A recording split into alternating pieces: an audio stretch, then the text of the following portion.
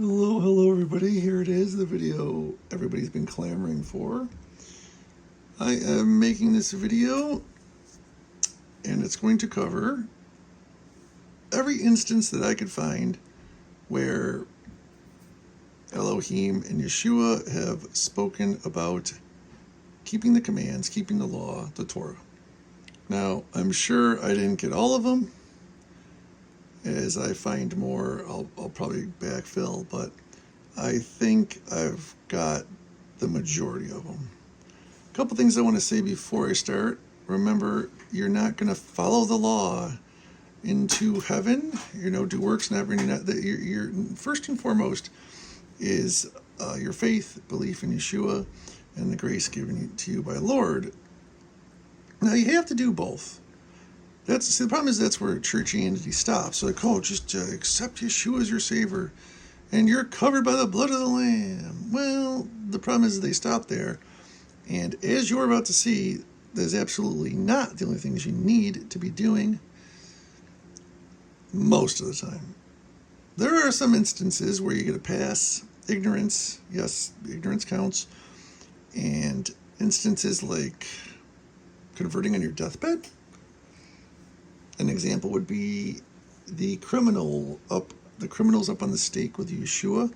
One of them turns to Yeshua and recognizes obviously that he is the Lord, and is like, whoa, this dude's legit.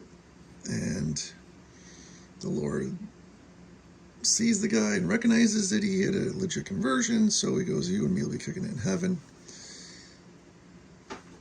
And when Paul talks about people who have never even seen the Torah, but are basically doing the Torah, not lying, cheating, murdering, or stealing, just being, good people. They obviously they go past too. But in general, you have to accept Yeshua as your Savior and guard the commands, keep the Torah. Like I said, that is not in question, and I will show it to you here. We'll start out with the Old Testament, depending on how long this goes. I'd like to keep it one video, because I don't want people to inadvertently see only the Old Testament ones. But see, that was only the Old Testament stuff. That was nailed to the cross with Jesus. Well, one, Jesus isn't his real name, and two, it wasn't a cross, it was a stake. And three, his own law. Why would he make it? He doesn't change stuff like that. Why would he make a law and then change it all of a sudden? No. Man's oral law, the Pharisees' oral tradition, that's what was nailed to the cross, and I will also show you that. So, without further ado, let's get started. We start out in Genesis 26, 4 and 5. And I shall increase your seed like the stars of the heavens, and I shall give all these lands to your seed, and in your seed all the nations of the earth shall be blessed, because Abraham obeyed my voice and guarded my charge, my commands, my laws, my Torah.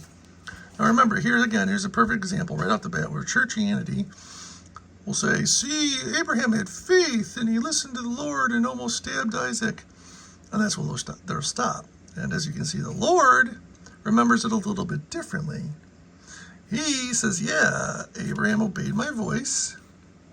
He had faith that, the Isaac stabby thing would work out. And he guarded his commands and followed the laws. So again, got to be careful with, again, I believe that the vast majority of pastors have good intentions. They just went to seminary and just got brainwashed, because seminary has been infiltrated by the devil worshippers. If you watch my other videos, I explain why I believe that.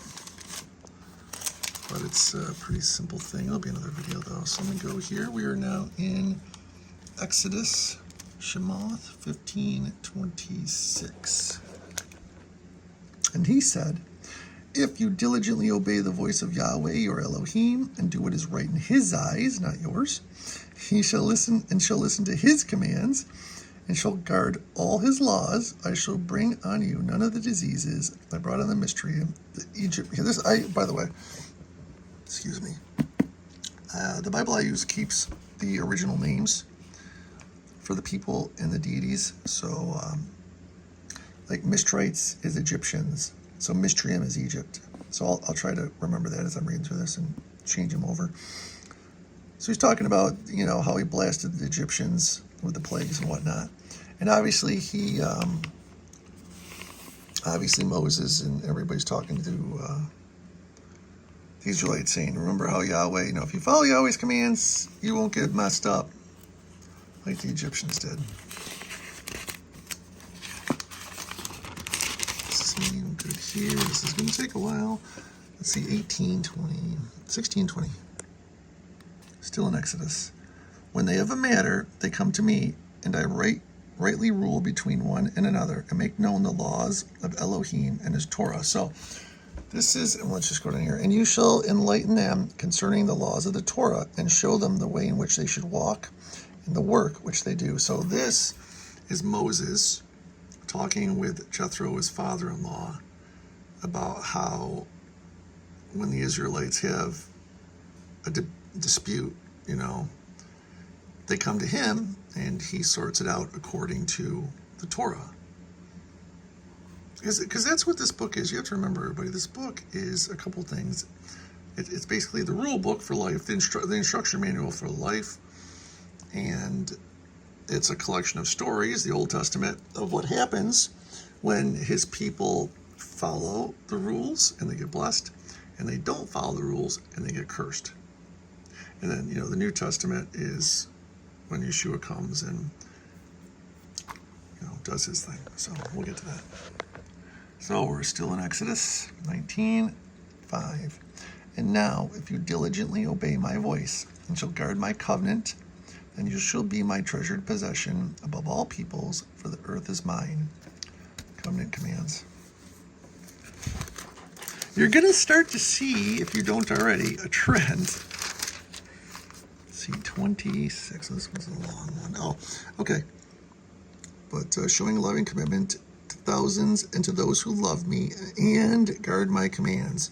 See, it's always a two-part thing. Churchianity always stops at the first part. Love me, faith, blah, blah, blah. They never keep going.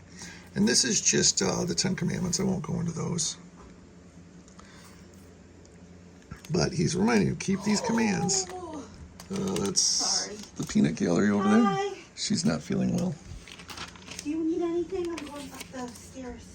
A couple of bars of silver and gold. Need a drink or anything? No, I'm good, thank you. Okay. Let's see. I have a craving for a Coke Zero.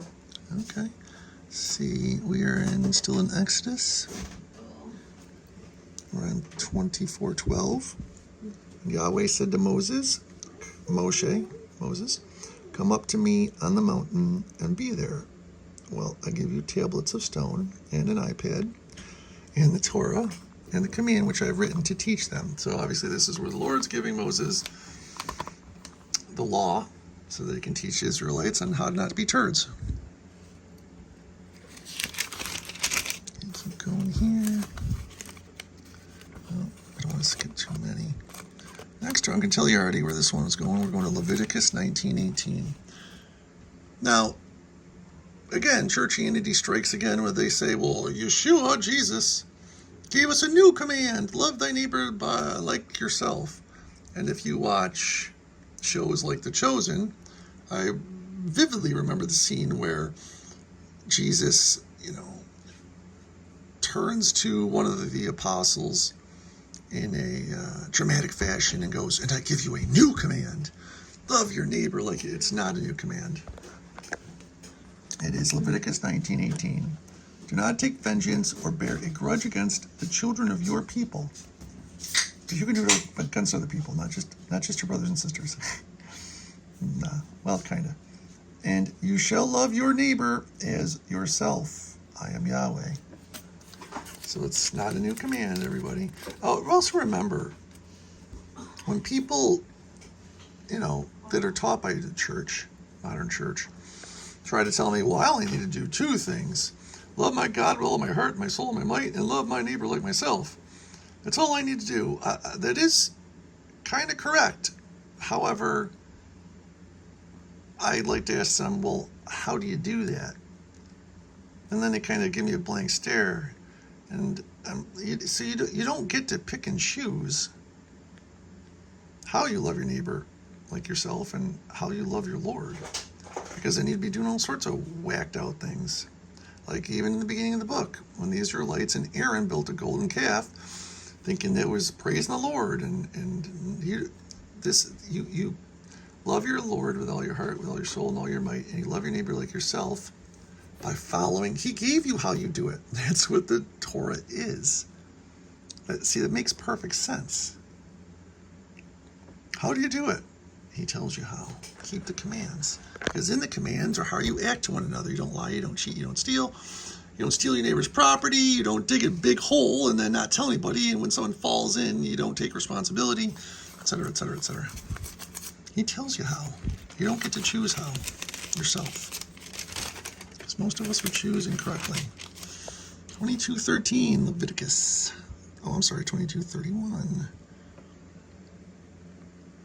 And you shall guard my commands and do them. I am Yahweh. And he's in the middle of going through the 613 commands here. And every once in a while he likes to, get a nice loud boo, like, yeah, and you do all my commands. Just as a reminder. Because the Israelites and people in general are, as it says in the Bible, a stiff-necked people. Meaning stubborn, very, very stubborn. And we definitely are. Okay, so 26:3-21. This is a long one. Do not make idols for yourself. Okay. Oh, okay. If you walk in my laws and guard my commands and shall do them, then I shall give you rain in its season, and the land shall yield its crops, etc., etc. So what's going on here is, this is a really good couple pages here. Yahweh is telling everybody what will happen,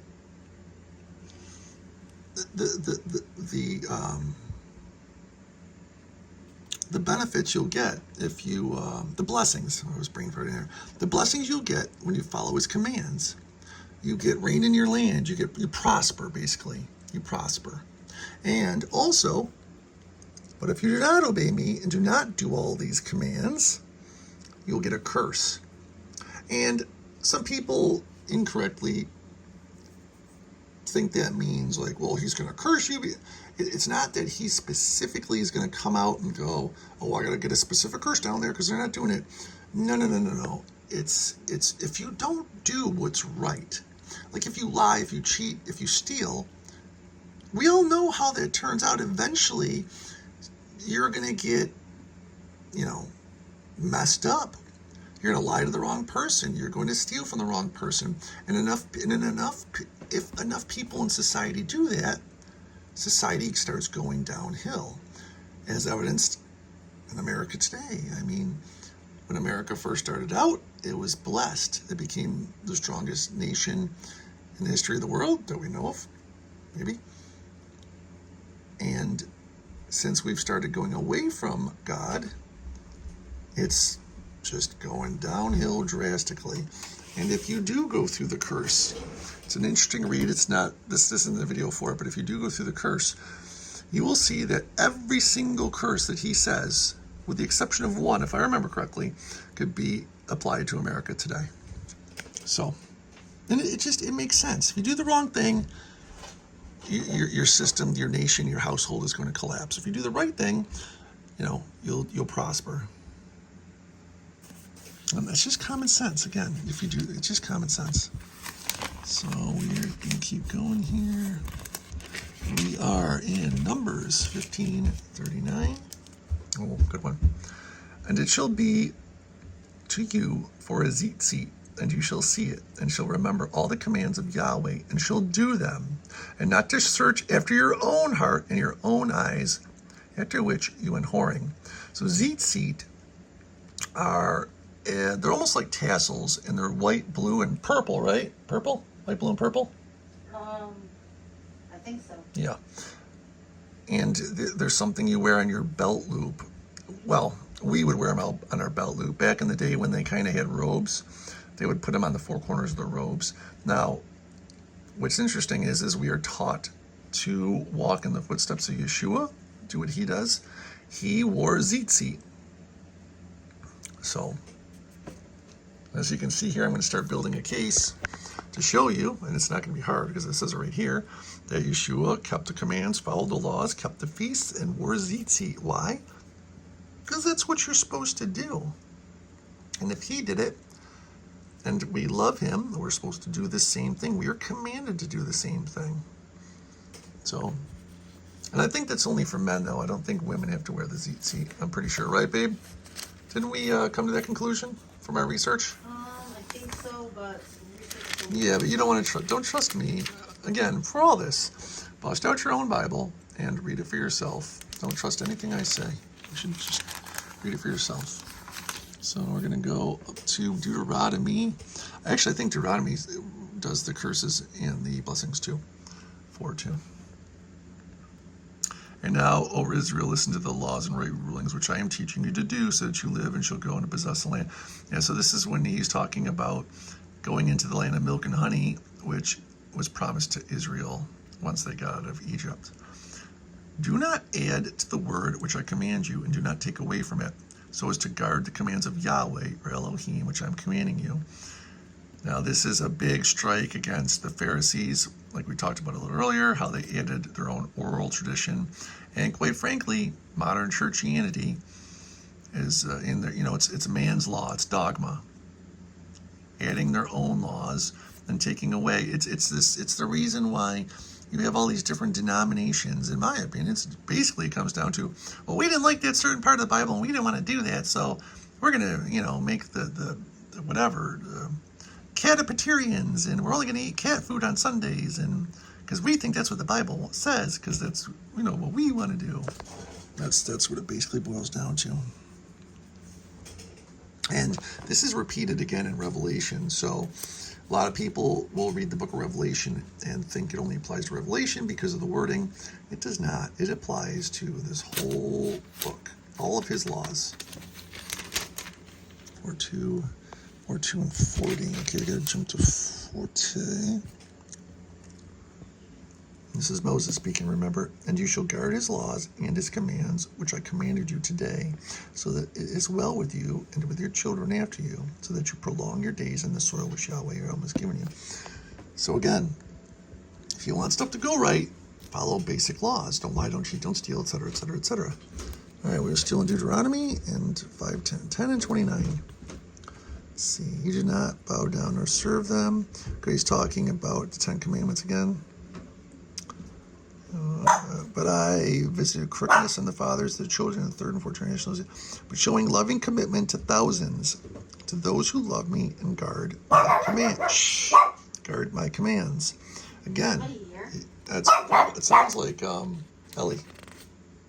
I'm guessing Ellie. So Chloe. Shh. So again, he keeps telling people over and over and over again. No. Hey, will you drop kick the dog? no. Drop kick her. Over and over again. Keep my commands. I mean, people. So far, we're only in Deuteronomy, and he said it at least a half a dozen times so far. And trust me, I think I'm probably missed some here and there, because whenever he says righteousness and sin, that's talking about the commands too. Dog, you don't shut up. It sounds like I don't know. Let's see. 29. Okay. Oh, that they had such a heart in them to fear me and to guard all my commands always. Guard all my commands always. Doesn't say, well, after the Old Testament stops, the New Testament starts, so that it might be well with them and their children forever.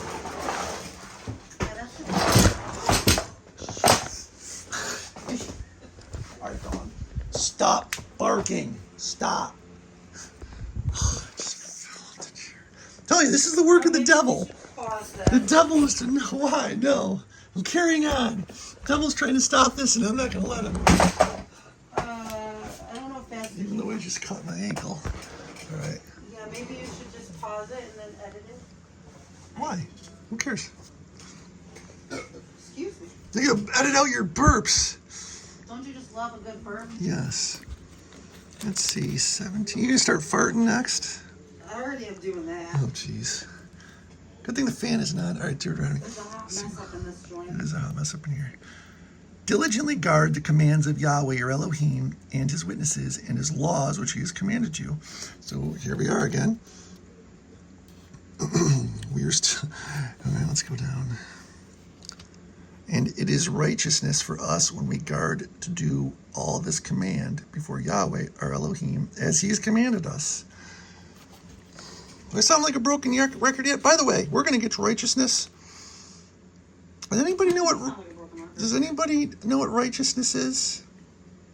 I want everybody to try to figure out what righteousness is, the biblical definition, before we actually get to the biblical definition, because you'll see every time he mentions righteousness, trust me, he's talking about keeping the commands.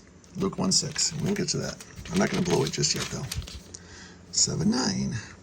And you shall know that Yahweh your Elohim, he is Elohim, the trustworthy El, guarding the covenant and loving commitment for 1,000 generations with those who love him and those who guard his commands. Again, here we are again, showing faith, love him, and keep his commands. So the church likes to leave out the second part.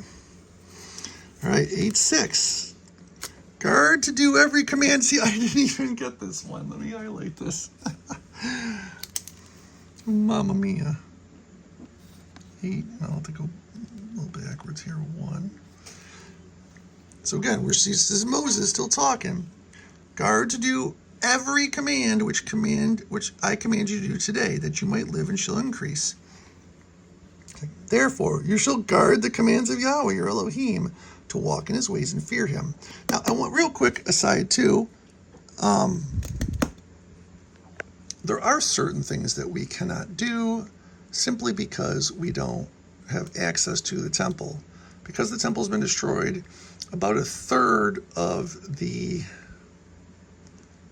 613 laws we can't do because they have to do with slaughterings, ceremonial slaughterings. So, and Yeshua kind of replaced it all for us anyway.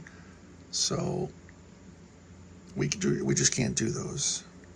So we're not talking about, you have to go get yourself a year-old, goat and speckled goat in perfect condition and slaughter it on the on the whatchamacallit and then offer it up. You don't have to do that. Oh, maybe you do. And by the way, if you look at Revelation, you will see that there is a golden slaughter place in heaven. So I think that'll be, though, for offerings, like if you thank offerings and goodwill offerings and stuff like that. So again, still in Deuteronomy, you have been rebellious. You see Moses is talking. This is Moses witnessing against the people of Yahweh, or the people of Israel. I think so. Well, someone's here. Is it? No, it's not. The people of maybe. Oh, you sure it's just not you? Because you're kind of feeling bad? It just seems really loud. I can't even hear him. What? Well, I can, but it's not like it's distracting me. To be honest. No, I said you're really loud. Oh, I am? Well, yeah, I'm right here next to you. What was I gonna say? I don't know. I got distracted here. So yeah, this is Moses talking to the people of Israel, again, going over the curses and the blessings. Now, you're going to say, well, he's been doing that for a long time. Yeah, he has been doing it for a long time because he's trying to impress upon them and us just how important it is to follow his instructions. Because if we don't, we get all types of messed up. And if we do, it goes well for us. So 10:12. And now, Israel, what is Yahweh your Elohim asking of you but to fear, remember, respect and fear Yahweh your Elohim, to walk in all his ways and to love him and to serve Yahweh your Elohim with all your heart and with all your being. Again, no new commands, this is an old one. And to guard the commands of Yahweh and his laws, which I commanded you today for your good. Yeah, I understand. You don't need any more than this. Even you don't need what this is. Just right here wraps it all up. Love him and keep his commands. It's funny. What does Yeshua say? If you love me, keep my commands. That is throughout this whole book. It's the most repeated instruction throughout this whole book from front to back. Love me and keep my commands. That is a must. It's not optional. Because if you love him, remember, if you love him, you're going to want to keep his commands. It's kind of like works. You don't need works to get into heaven, but you will be judged by your works, because it says, if you love me, I'll do a video on works too, trust me. All right, 11:1. And you shall love Yahweh, your Elohim, and guard his charge, even his laws, his right rulings, and his commands, always. Here we are always again. And trust me, this does not stop when the Old Testament stops. It's not like, oh, New Testament's here, we can throw all this stuff away. We can all just like kick it and just hang around and smoke blunts and drink beer all day. It doesn't work that way. Still in Deuteronomy. And it shall be, if you diligently obey the voice of Yahweh, your Elohim, to guard, to do all his commands, which I commanded you today, that Yahweh, your Elohim, shall set you high above the nations of earth. Okay, we're going to keep going here. And remember, again, I know I keep going over this, but Moses keeps going over this because it's important.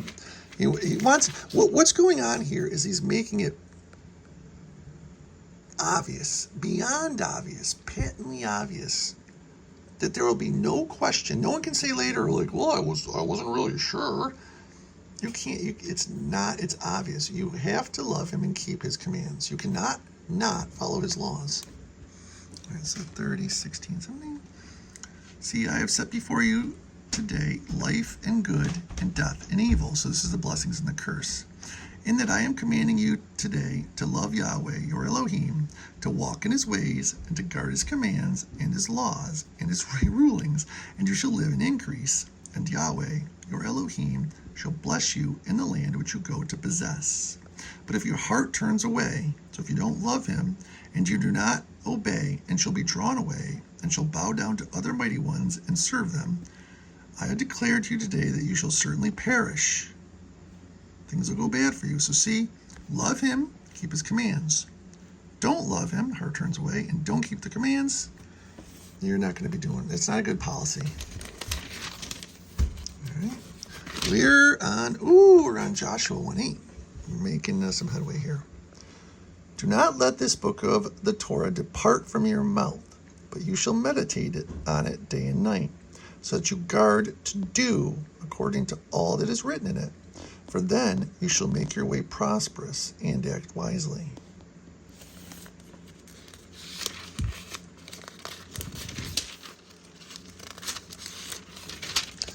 All right, into Joshua 5:6.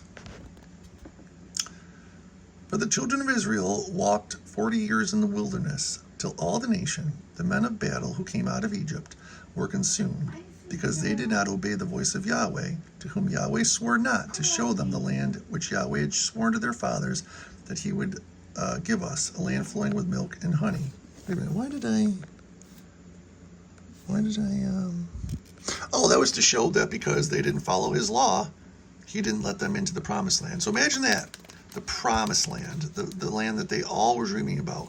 They didn't get to go because they didn't follow his law. Talk about a sucky deal, disappointment. Come on. Here we go. Joshua 21. Let's see.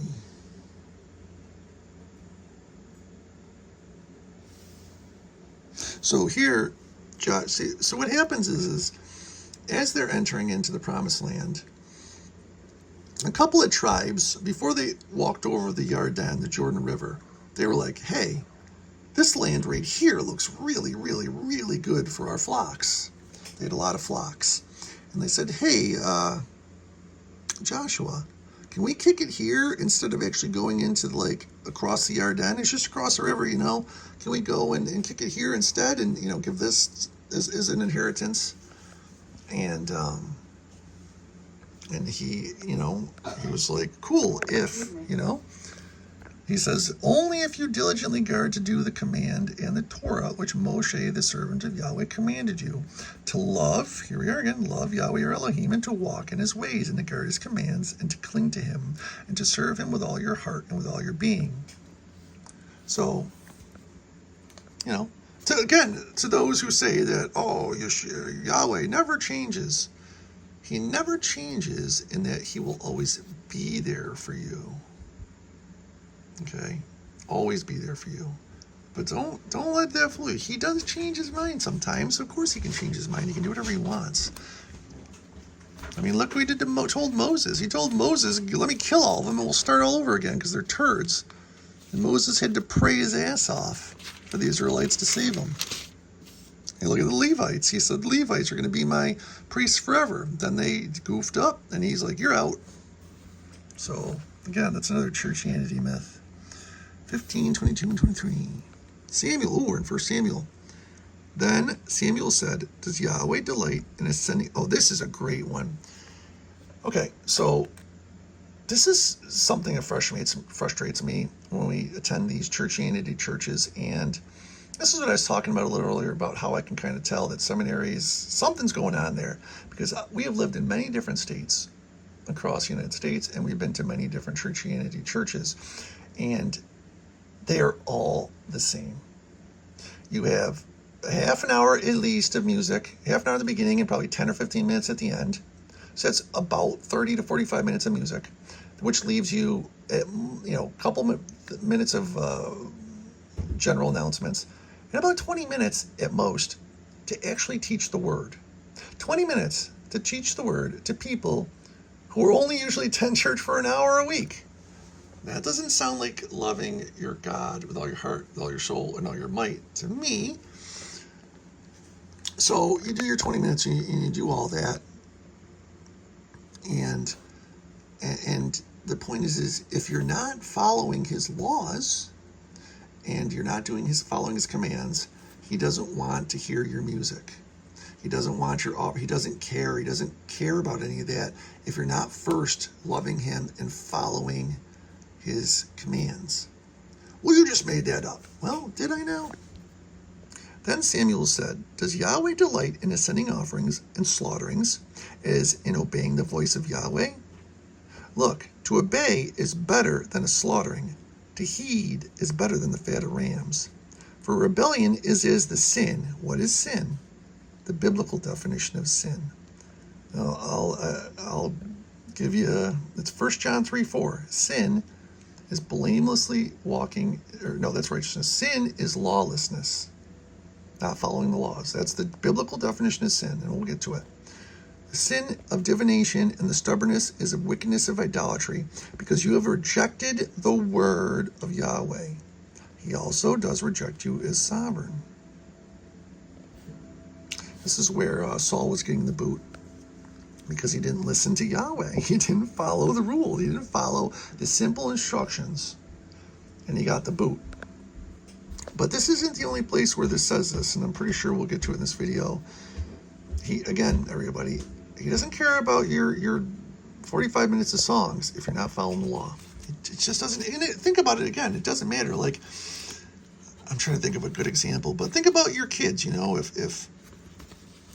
If your kids, if you have a bunch of rules that your kids are supposed to be following and they don't follow any of them, but then they go and buy you a Snickers bar or something, you're going to be like, well, who cares, I know it's not a great example, but you kind of get the idea. So now we're in 1 Kings 2:3. We're talking to Dave. We're talking about David here. He's about to croak. He's talking to Solomon.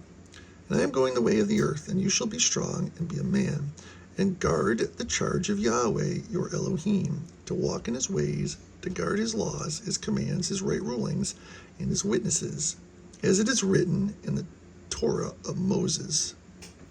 So again, David's trying to wise up Solomon, saying if you do this stuff, everything will go well for you. And it does for a while, until when? Until Solomon stops doing the stuff. 1 Kings 9:4, 9:6. Oh, I don't have it here. And if you walk before me as your father David walked. So this is Yah himself talking directly to Solomon.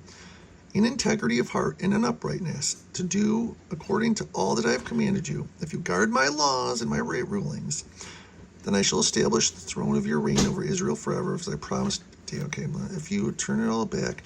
See, if you at all turn back, or you and your sons from following me, and do not guard my commands, my laws, which I have set before you, and you shall serve all the mighty ones and bow yourselves to them, then I shall cut Israel off from the face of the soil. So again, broken record time. Follow my laws, you do good. Don't follow my laws, you get the boot. Are you starting to see a trend here? Right, babe, are we starting to see a trend here? How you doing over there? Is your stomach all right? Huh? Is your stomach all right? Sorry, what? Is your stomach all right? Okay. Well, let me know if you need anything. Okay. Okay. So now we're on Isaiah. Well, your blood pressure? Well, don't you need my help for that? Why don't you wait till I'm done? How much longer do you have? I mean, not too much longer. Okay. Of course, I forgot. Again, I forgot to highlight this one. Isaiah 5. Therefore, as the tongue of fire devours the stubble, and the flame consumes the chaff, their root is as rottenness, and their blossom goes up like dust, because they have rejected the Torah of Yahweh of hosts, and despised the word of the set-apart one of Israel. Kind of like what we got going on today here. Woe to those who call evil good, and good evil. I've got a lot of that going around today. America. Okay, we're going. And Jeremiah 8, 7 and 8, okay? Even a stork in the heavens knows her appointed times, and a turtle dove and does swallow, and a thrush guard the time of their coming. But my people do not know the right ruling of Yahweh. How do you say, we are wise, and the Torah of Yahweh is with us? But look, the false pen of the scribe has worked falsehood. So he's talking, Jeremiah's, and we were talking about how the people of Israel, like I told you, this book is a stories about people following the law and not following the law. Israel has not been following the law, and he's basically talking about how the people here are starting to kind of go through the motions or putting more importance on things. You know, a stork knows the time we're having. They're doing what they want. They're not following his law, and he's trying to again say he doesn't care about what you do. You're not following my rules, so you're going to get whooped. And again, they're about to get whooped.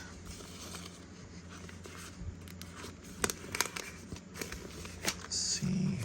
Are we still in Jeremiah here? These next ones? Jeremiah. Okay. Okay, the one is the covenant. We'll talk about the covenants in a different video. The law, 31 to 33 in Jeremiah still. See, the days are coming, declares Yahweh, when I shall make a renewed, again, churchianity in some Bibles say new. That's a poor translation. It's a renewed covenant. Covenants stack, they don't replace. Again, different video for a different day. I can use the Bible to prove that. Declares Yahweh, and I shall make a renewed covenant with the house of Israel and with the house of Judah, not like the covenant I made with their fathers in the day when I strengthened their hand to bring them out of the land of Egypt. My covenant which them I broke, which they broke. See, that's where churchianity stops too. So you're like, see, that old covenant's gone. See, the covenant which, what was wrong? Was something wrong with the covenant? No, which the people, they broke the covenant. Okay. I shall put my Torah in their inward parts, remember, in their hearts and their minds, right in their hearts, and they shall be my people. So if you don't have, remember, this is conditional here. If you don't have his Torah on your heart and on your mind, then he isn't your Elohim.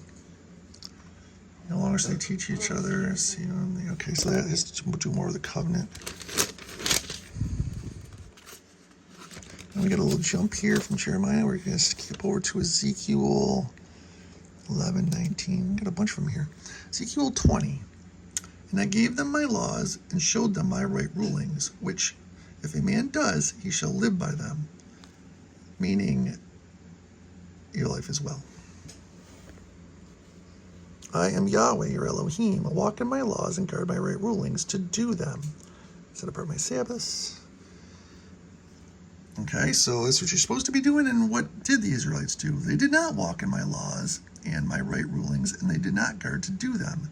Which if a man does, he shall live by them. Because they had not done my right rulings, and they rejected my laws, and they profaned my Sabbaths, their eyes were on to their fathers' idols.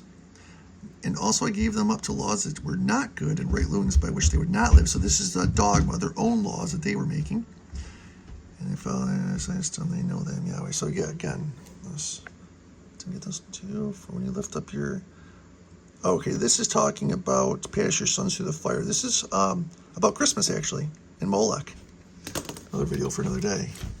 Shouldn't be solid. Christmas is a pagan holiday where they used to sacrifice their children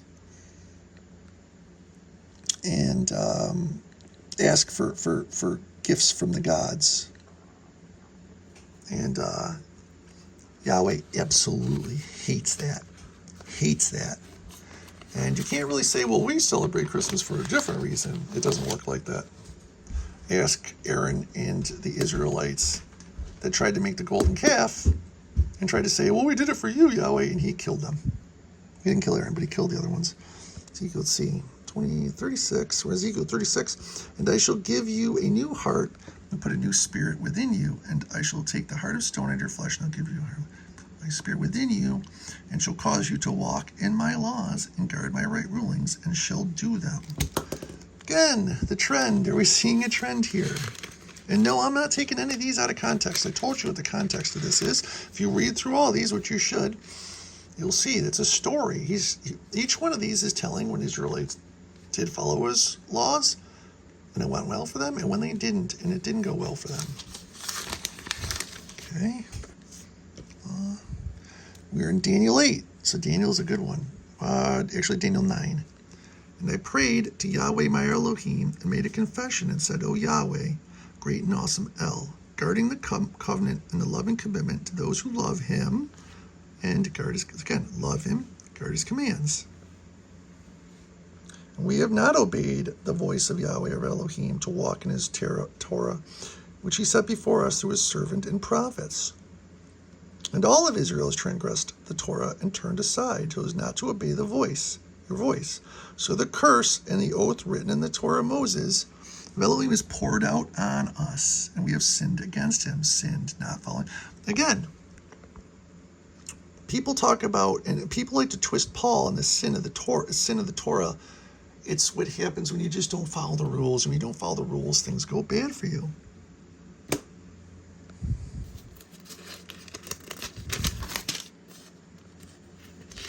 Okay, I'm going to keep going here.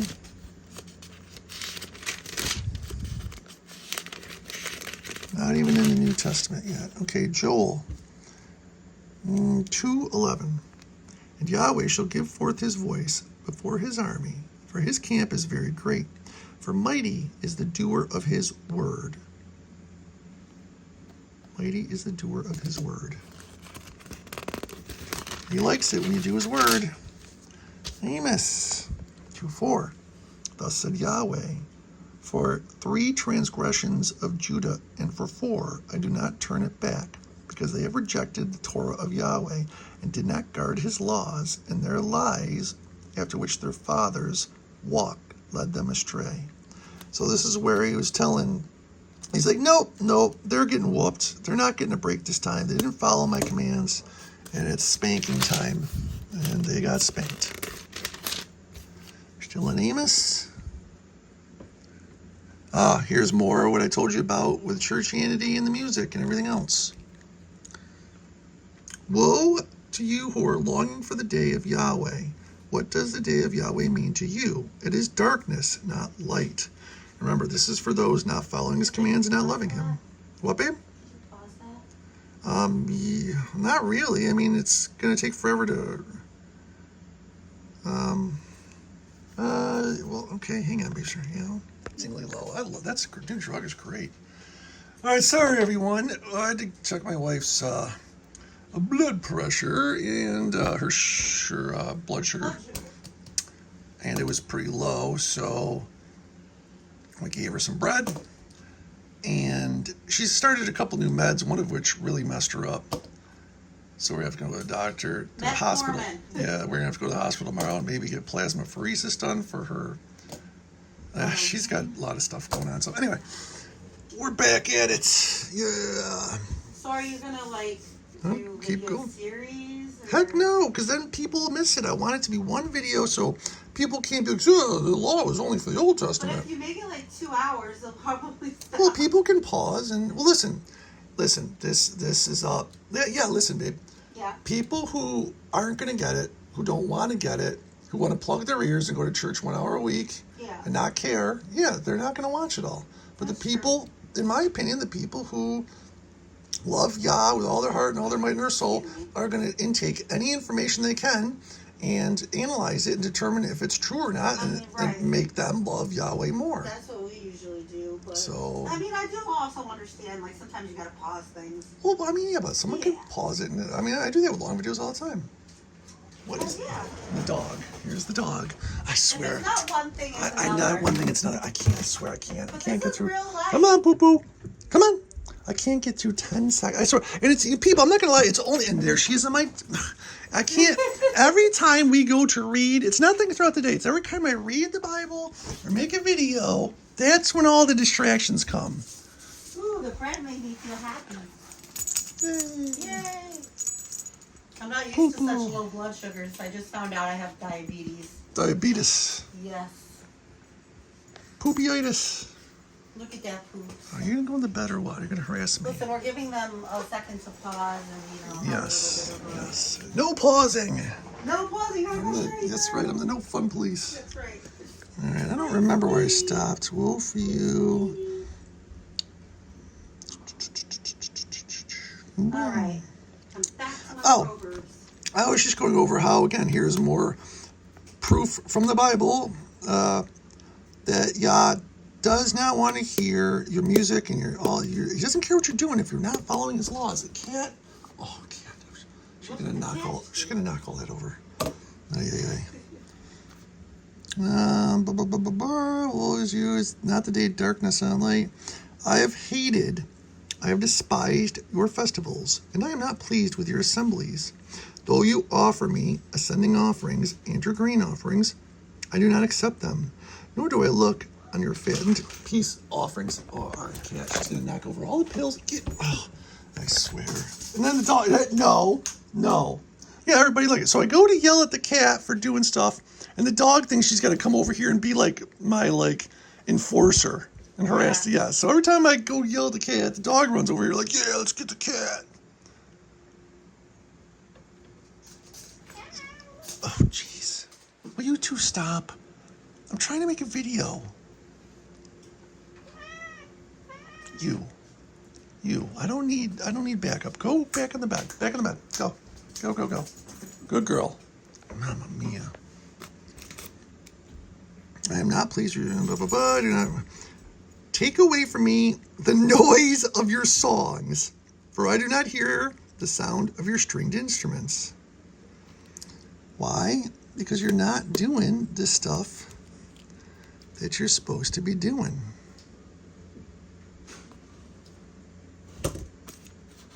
Again, like I said, everybody, the stuff I'm telling you is not my opinion, not what I want to be true. It's just the Bible. I just read the Bible, and you're supposed to read it and do what it says. Zephaniah 2, 1, 2, 3. Sorry, sometimes that takes me a second because I have to try to remember what's going on in these, so I can give you some context if need be.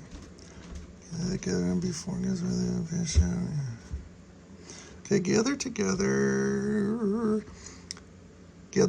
O nation without shame. Before the law gives birth, the day shall pass on like chaff. Before the burning wrath of Yahweh comes upon you, before the end comes upon you. Oh, see, when he says the same thing twice in a row, he's pissed.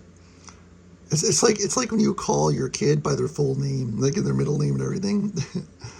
Seek Yahweh, all you meek ones of the earth, who have done his right ruling. Seek righteousness, which righteousness, Luke 1:6, blamelessly walking in the commands of Yah. Seek meekness, so that it be like you are hidden in the day of the wrath of Yahweh.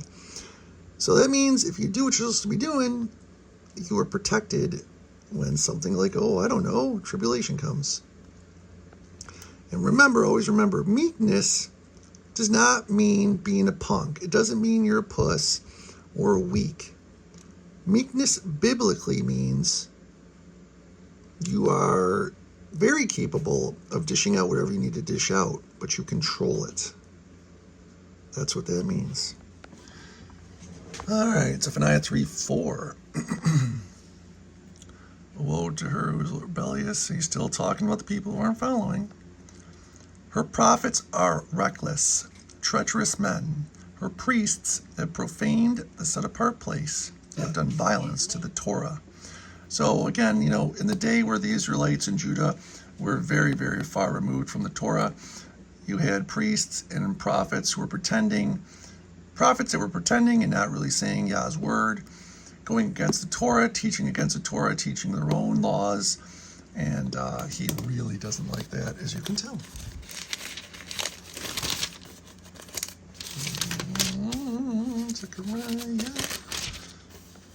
Zechariah, let's see, 8:16 is to drudge. Real quick, for people like, well, no one can judge but Jesus. Talking about, sometimes people talking about, there's this subset of people who think criminals can do whatever they want and illegals can do whatever they want and just whatever. It's just nonsense. Oh, we can't judge, brother. Yes, we absolutely can. What we can't judge is a person's heart. Only Yeshua can do that. He can search their inward parts. We can most certainly judge people in our society that are causing harm to others, who are lying and cheating and steal. We can most certainly judge them based on truth and right ruling, so laws and commands. And if they are not doing those and causing harm to people, then we can enact punishment. Remember, Moses did it. That's what this is again. There's always been a governmental type structure set up through the church for Israel and Judah to deal with troublemakers. Nowhere in here you're going to see that everybody can do whatever they want, because we're not allowed to judge each other, brother. You don't judge someone's heart. You most certainly can judge their actions, though. All right, Law 7:12. And they made their hearts like flint against hearing the Torah, and the words which Yahweh of hosts had sent by his Spirit through the former prophets. Therefore, the great wrath came from Yahweh of hosts. So again, not listening, not following the Torah. He sent the prophets to remind them. He was even like, hey guys, supposed to be doing this. And everybody's like, nah, piss off. So he said, okay. For before these days, there was not a wage for a man, nor a hire for a beast, and there was no peace for him who went out or came in, because of his enemies. And I said, oh man, why did I... wait, then this one has to do with the law, sorry. Okay, but this one is. These are the words you should do. Speak the truth to one another. Judge with truth and right ruling for peace in your gates. That had to do with that was my whole spiel about judging righteously. All right.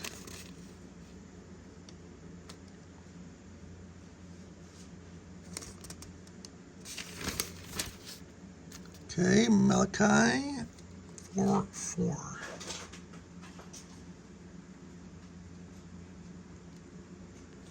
This one's, I think this one's a little bit more has to do with metaphor. But to you who fear my name, the Son of Righteousness. Oh, there's no mention of Jesus in the Old Testament. That's another video where I'm going to have just literally dozens upon dozens of them. But real quick, fear my name, the Son of Righteousness shall arise with healing in his wings. And you shall go out and leap for joy like calves from the stall. That has nothing to do with the law. I don't know why I wrote law with that one, but yeah. Psalms. Ooh, I think there's some good ones in Psalms. 11:15. 11:5, I mean. Yahweh tries the righteous. Remember, what's righteous? Blamelessly walking in the commands of Yah. But his being shall hate the wrong and the one who loves violence. Those are all against the Torah. 19:7 and 8. The Torah of Yahweh is perfect. Remember, for if the old covenant wasn't found perfect, there wouldn't be need for a new one. And it was them who messed up the covenant. Not the covenant was bad, not Yahweh was bad, it was the people who didn't follow it. The witness of Yahweh is trustworthy, making it wise and simple. The command of Yahweh is clear. I think we got to jump quite a ways. I think we're on 119 next. 103. I goofed. 103. But the loving commitment of Yahweh is from everlasting to everlasting upon those who fear him, and his righteousness, blamelessly walking in the commands of Yah, to his children's children, to those who guard his covenant, and to those who remember his orders to do them, his commands. Remember, everlasting to everlasting, not till the Old Testament's done, not till the pasture says it's over, forever. Bless Yahweh, you, his messengers, mighty in power, who do his word, listening to the voice of his word. So even the angels do his word. Bless Yahweh, all his works, and all his places of his rule. That's not my baby. I didn't realize that. Oh, she's ignoring me. She had her headphones in. She's doing Proverbs, I think. She's doing some work in Proverbs. All right, 112:1.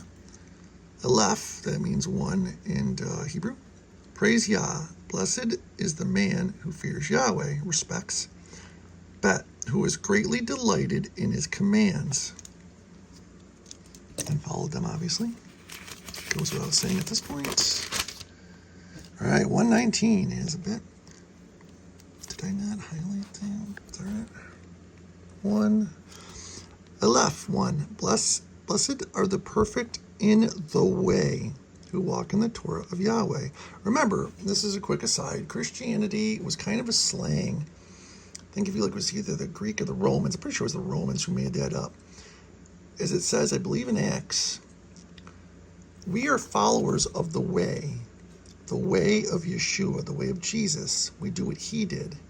We're not Christians, technically. We are just followers of Yeshua. And what did he do? And what do we do? We're supposed to walk in the Torah of Yahweh. Remember, we're not found righteous, and we're not, going to heaven in that. We have to do it, but we're doing that by faith in Yeshua and following the law. All right, Proverbs. My son, do not forget my Torah, and let your heart watch over my commands, for it'll add days to your life. And if you don't, it'll take away days from your life. So again, same story going on over and over again. Follow my commands and love me. If you don't, you're going to get messed up. Proverbs 10:8.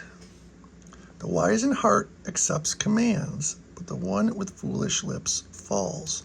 So the wise one is the one who's following Yah's commands, and the one who says, I don't need to do that, that's all made up, it's a fairy tale, blah, blah, blah. Or, the Pastor Joe says I don't have to do that anymore. Well, guess what? Not a good policy to keep. Keep going here. Proverbs 19:18. Or 16? 16. He who guards the commands guards his life.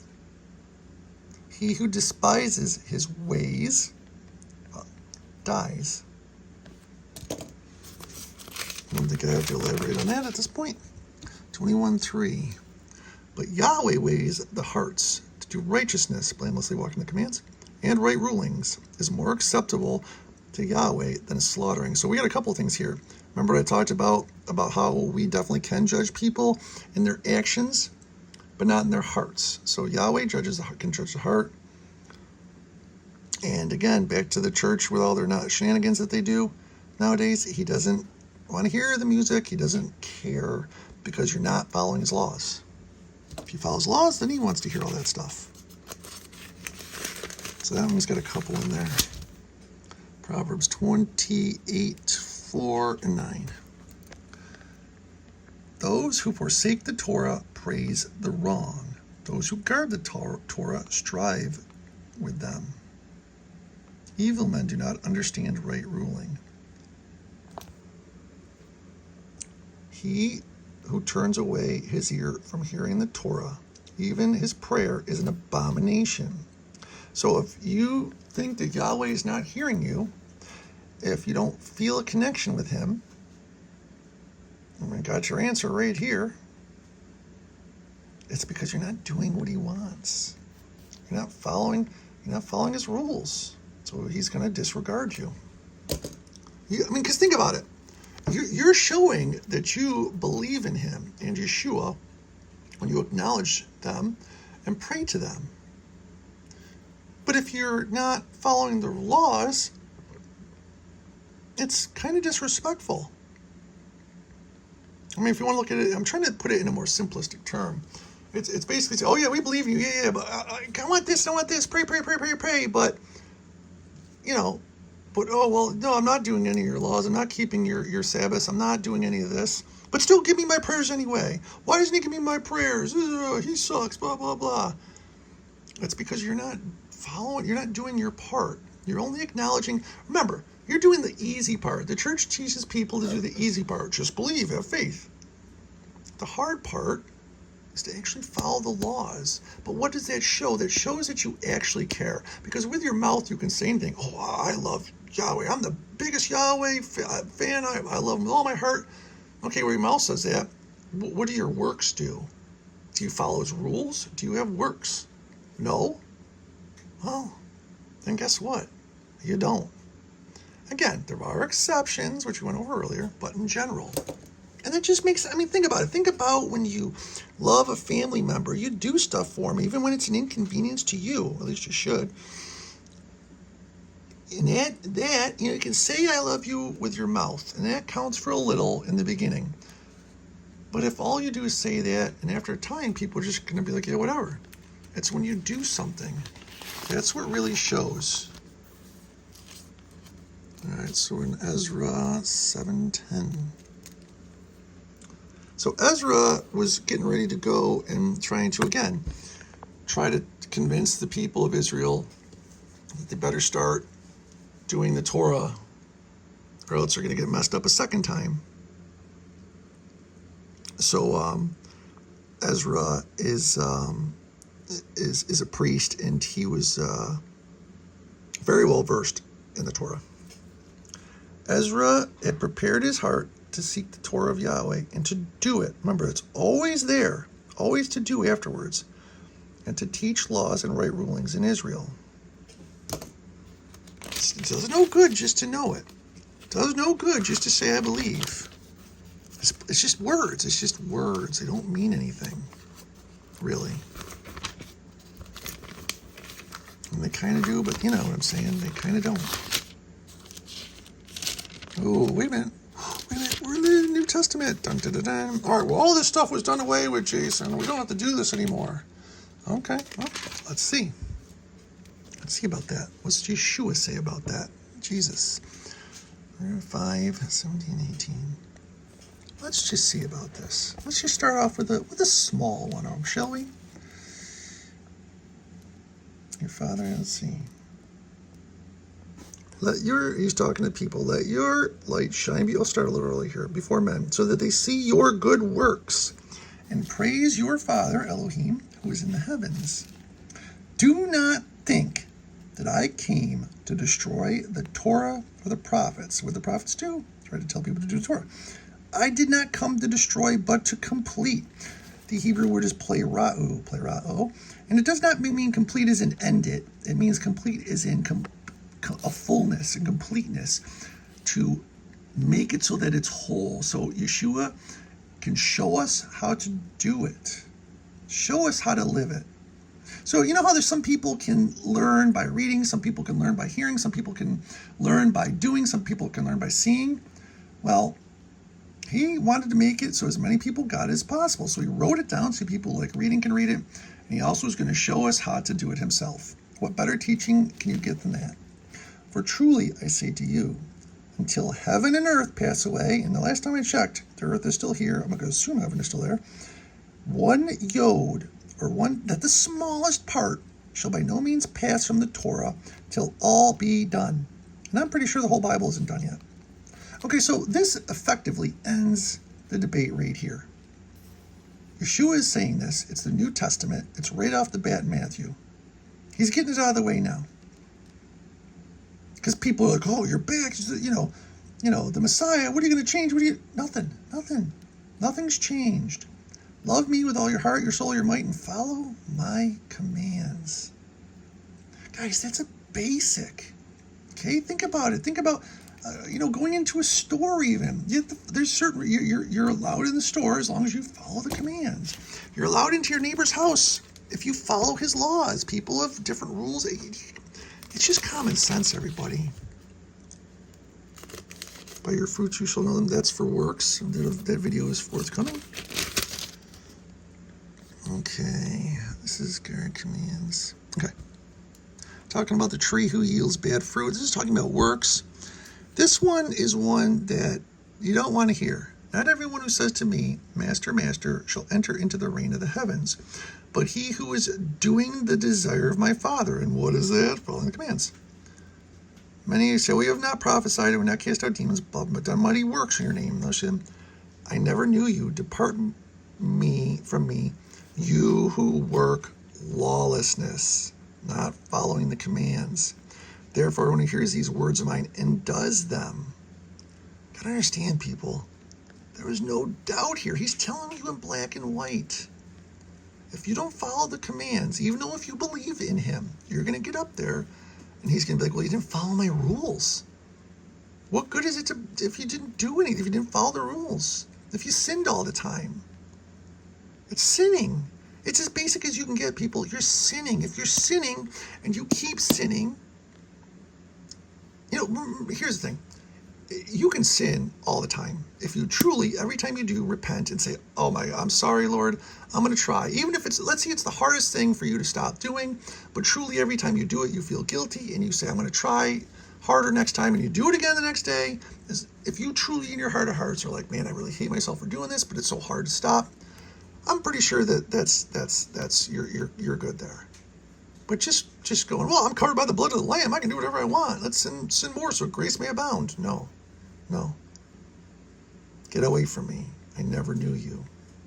And woe to those who are teaching men lawlessness. I'll tell you that right now. Because I'll tell you one thing. Everybody can accuse me of this, that, and the other thing. There's one thing I am not doing. I am not teaching you guys lawlessness. That is for sure. I'm teaching you guys to do exactly what your God tells you, what your Bible tells you. 13:41. Okay, still in Matthew. The Son of Adam shall send out his messengers, and they shall gather out of his reign all the stumbling blocks and those doing lawlessness, and throw them into the furnace of the fire. There shall be wailing and gnashing of teeth. Then the righteous shall shine forth as the sun. So he's taking the people that are doing lawlessness, and the second death isn't going to be kind to you. And the people who are doing righteousness, blamelessly walking in the commands of God, are going to be good. Again, can't get any more clear than that. Any more clear. There's no metaphor. There's not even metaphor there. Oh, and those people, there's no mention of hell in the Bible. Yeah, I don't know about all that. Just another video for another day. Matthew 19:17. And he said to him, why do you call me good? No one is good except one of the Elohim. But if you wish to enter into life, guard the commands. Here we go again. He started out really specific and strong, and now he's going to follow it up. You're just going to see the same thing over and over again, like we saw in the Old Testament. Follow the commands. Oh, this is the parable of the wedding feast. He's talking about the friend who came in without a wedding garment. It means not following the law, and so Yeshua, or the Elohim, had him bound and thrown out into the darkness where there shall be weeping and gnashing of teeth. Kind of like it said in the other one. Okay, increase lawlessness. Why do I not have this? 24:12. This is talking about the end days. We're a little bit of prophecy going on here. And because of the increase in lawlessness, not following the commands of Yah, the love of many shall become cold. Now, isn't that interesting? If you look again at America today, and as we drift farther and farther away from Yahweh and his laws, look at how many more people are just so much more nasty to one another, not loving to one another. It's just, again, I don't think it can be any more clear how this stuff all ties together. I really don't. All right, we're in Mark 6, or in Mark 7, 1 through 9. And again, why do I not have this highlighted?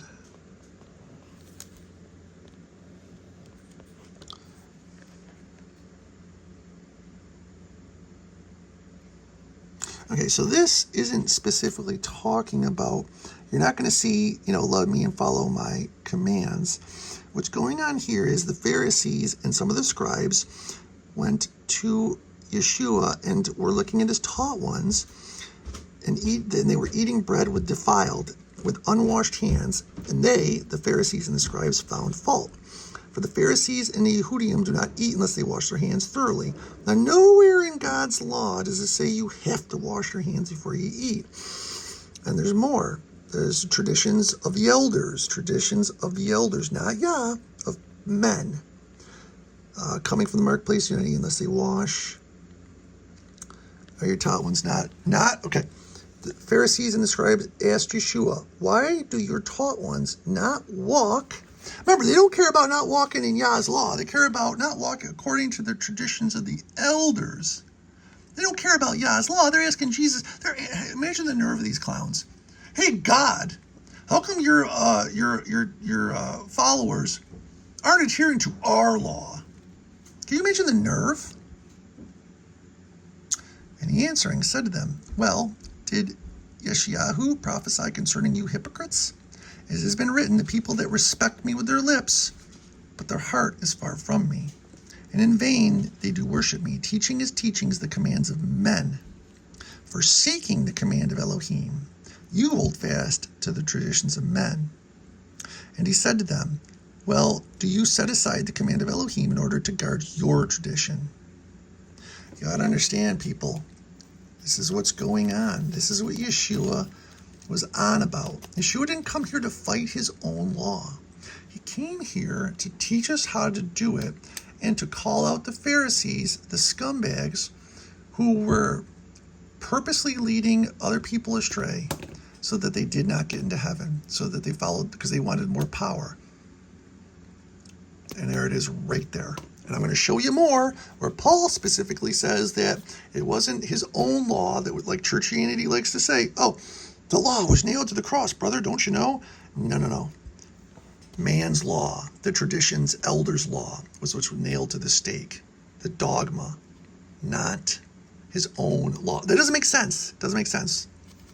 Remember, he doesn't change concerning us. The laws he makes for us. He can change his mind, but the laws he's given to us, he's not changed, as of yet at least. All right, we're in Luke 6. Oh, wait a minute, how did I skip Luke 1:6? Here we go. This is one of the basic ones, foundations that you have to have down. This in 1 John 3:4. Because when anybody asks, well, again, churchianity is trying to say, well, no one's righteous, brother, besides Yeshua. That's incorrect. Noah was found righteous. Abraham was found righteous. Both of John's parents, and they were both righteous before Elohim. What is righteousness? Blamelessly walking in all the commands and righteousnesses of Yahweh. So, if you try, now remember, blamelessly, this all sounds like, oh, perfectly. It's not. It means what I explained earlier. If you truly are trying, and you are trying to follow his law, right here, biblical, New Testament definition, not me, the Lord, you can be righteous too. In fact, that's what you should strive to be.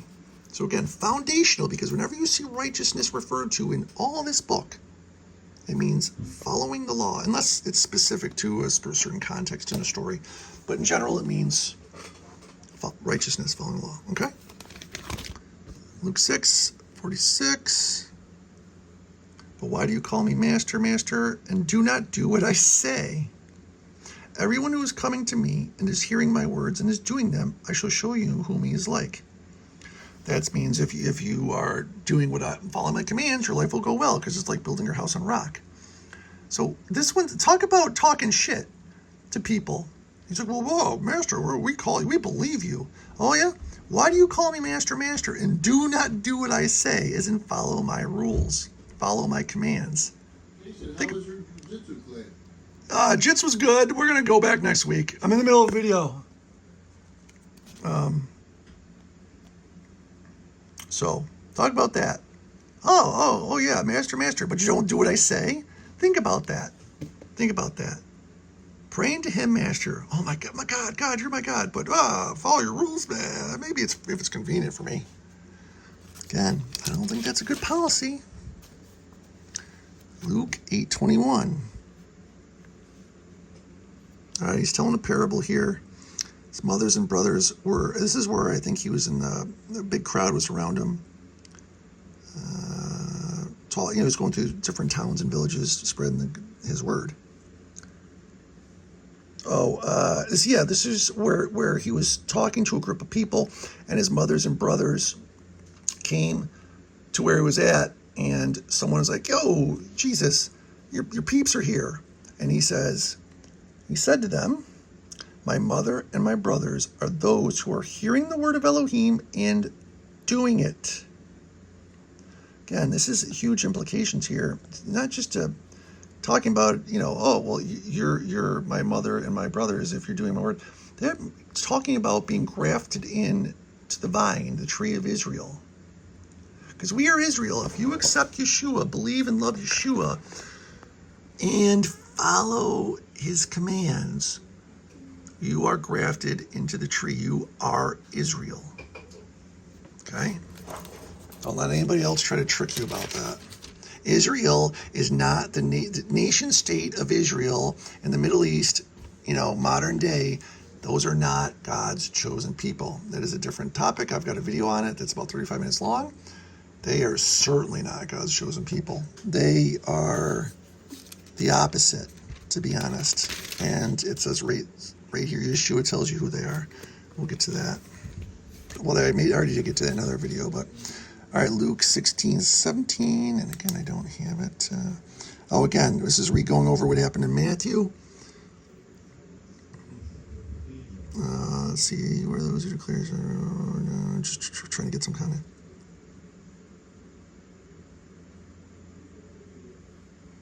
Okay, so this is another one the church tries to twist. They will say, see, look at 16:16, the Torah and the prophets are until John.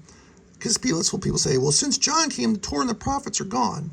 Well, out of the literally probably 100 verses in the Old and New Testament that I have read up until now, do you really think that right there that negates all of them? Or do you really think that's what that does? Or do you think people take this out of context? See, there's a thing called the doctrine of inerrancy. I think it was around 1977, where people went again and said, there's nothing hypocritical in the Bible. The Bible does not contradict itself. And in my opinion, it doesn't. If you see something that appears to contradict something else, it means that you're taking it out of context, you've been taught wrong, something's going on there. And think about that. A lot of people are, well, no, that's just BS. Well, think about it. You got this one verse here that on its surface, if you just cherry pick it, can be used to say, well, see, the Torah and the prophets are gone now. Because John came. But we all know, after an hour of reading so far, not even done, that this absolutely is not what this means. And let's just, again, churchianity will stop there. They won't keep reading the very next verse. And it is easier for the heaven and the earth to pass away than for one tittle of the Torah to fall. So this right here contradicts that. So obviously, and this is a way long video, so I'm not going to get too much into it. But this obviously does not mean that the Torah and the prophets were only up until John came. Another video for another day.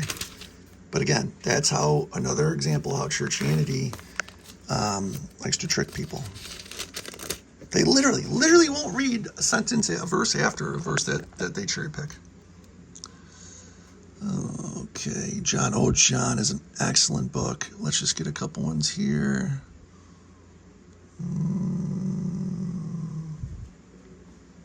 847. There's a bunch here, but we're talking about just the law here. He who is of Elohim hears the words of Elohim. Therefore, you do not hear because you are not of Elohim. This is where he's talking to the Pharisees, and they are not liking what he just said. So, there's people out there that don't believe in the word, think this is a fairy tale. They don't follow these laws. Some of them are bad people. Well, of course they're not going to hear these words of Elohim because they're not. Remember when he said, my sheep know my voice and they follow me. Well, if you don't know his voice, of course you're not going to believe in these laws and these rules.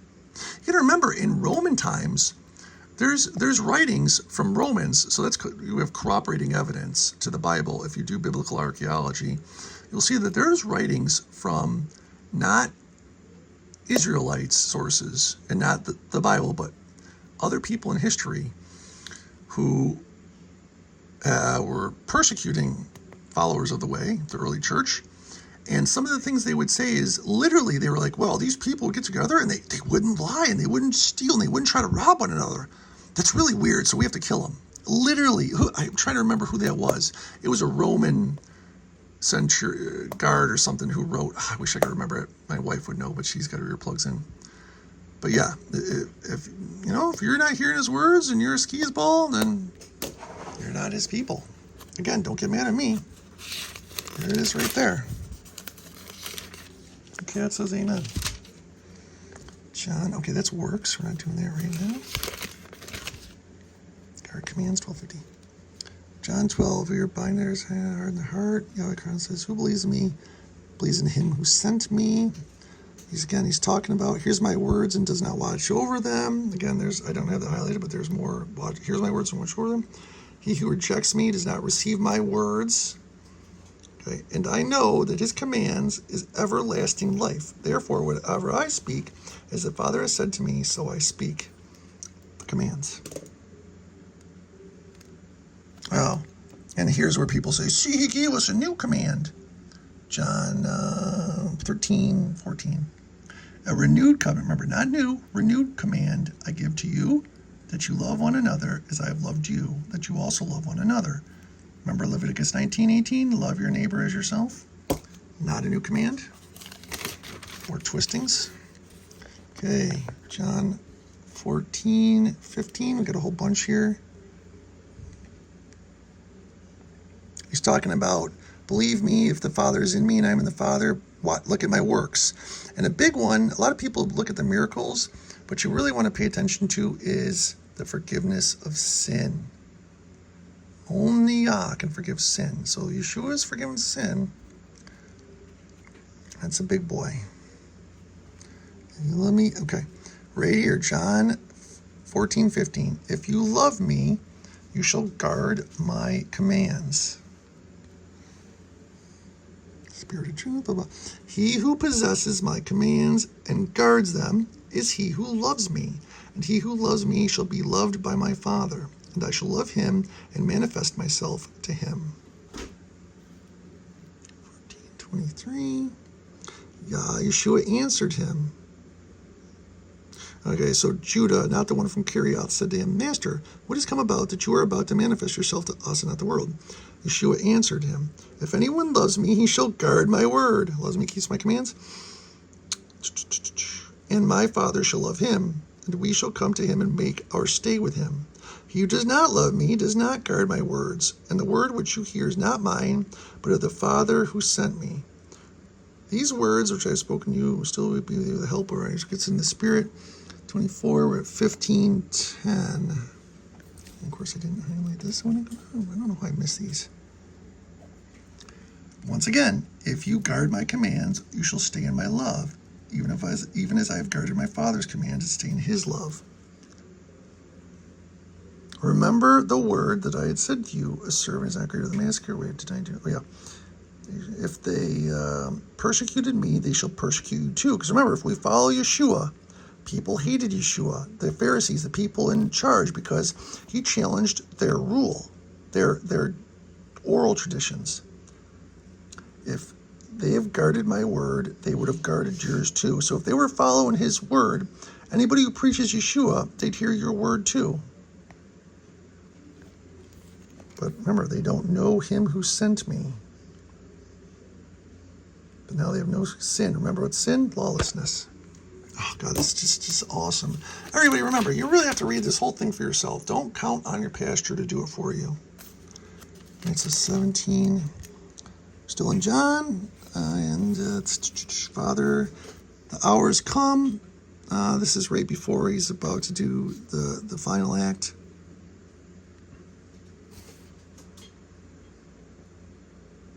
Okay.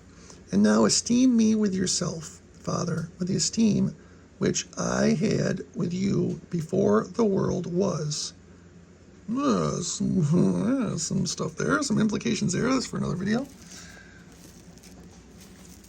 I have revealed your name to the men whom you gave me out of the world. They were yours, and you have gave them to me, and they have guarded your word.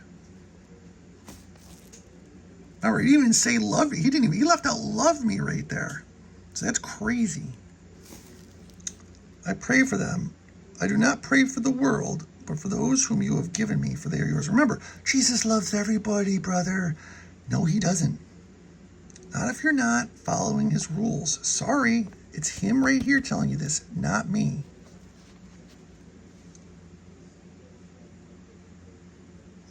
Let's see, 7:20:21. So that they all might be one, as you, Father, are in me and I in you, so that they too might be in us, might believing sent me. Okay, so that's okay. So that's something different. But you saw that right there. That was a huge one, okay? 5:29, we're in Acts. Paul, we're getting to Paulianity. Oh boy, oh boy. Remember, Peter said, it's the first Peter, I think 21 something. Or it's first Peter somewhere, I think. Second Peter. Peter says, Paul is tricksy. He's hard to understand, and the lawless will use Paul's writing to trick other people into being lawless. Because all I hear is about, oh, Paul says we don't have to do the law anymore. Well, first off, even if Paul said that, let's pretend he did. Even if he said that, who are you going to believe? Paul or Yeshua and Yahweh? That settles it right there. That's done right there. But Paul didn't say that. He said, follow the commands. All right. And Peter and the other emissaries answering said, we have to obey Elohim rather than men. So the law versus dogma.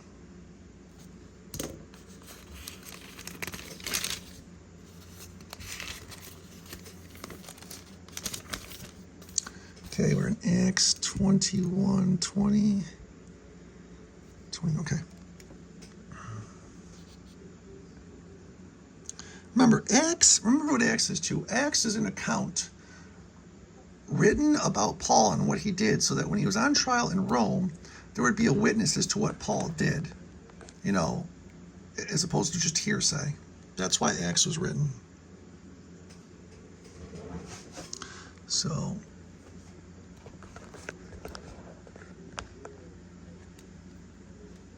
and when they heard it, they praised the master, and they said to him, you see, brother, how many thousands of Yehudim there are who have believed and are all ardent for the Torah.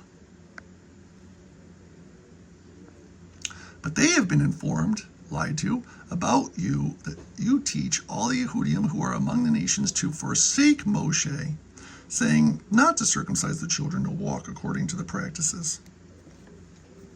Which is it then? See, they're confused because they hear that Paul's saying, don't do the law.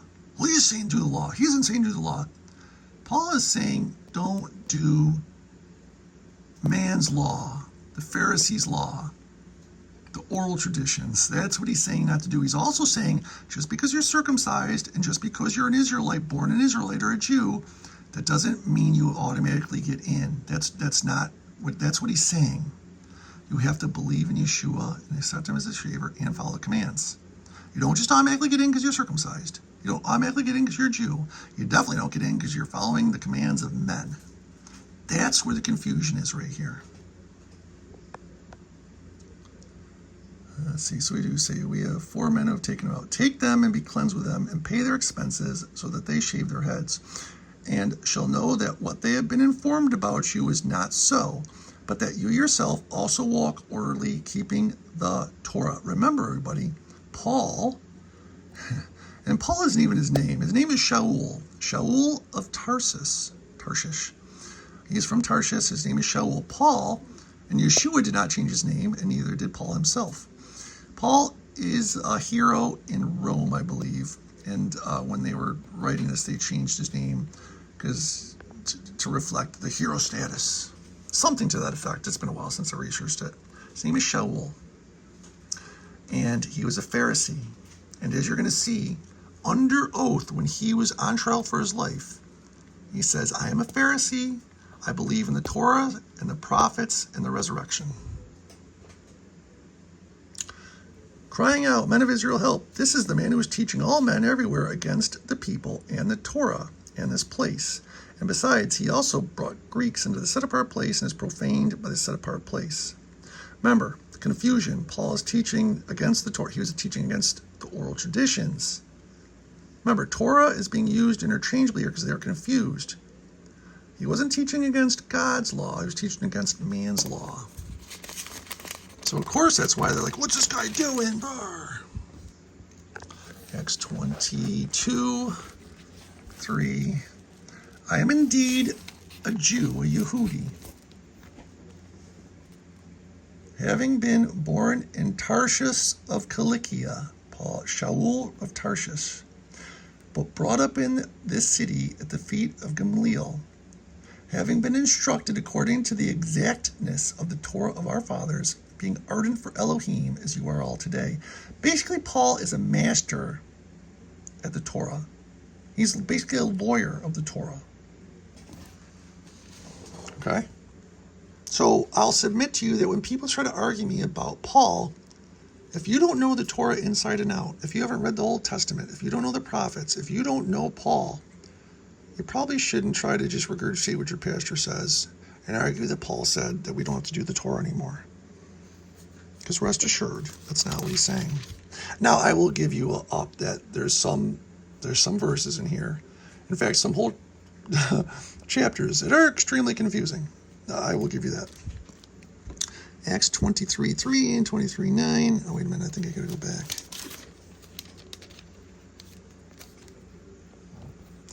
Then Shaul, Shaul's name's not Paul, said to him, Elohim is going to strike you, whitewashed wall. And do you sit judging me according to the Torah?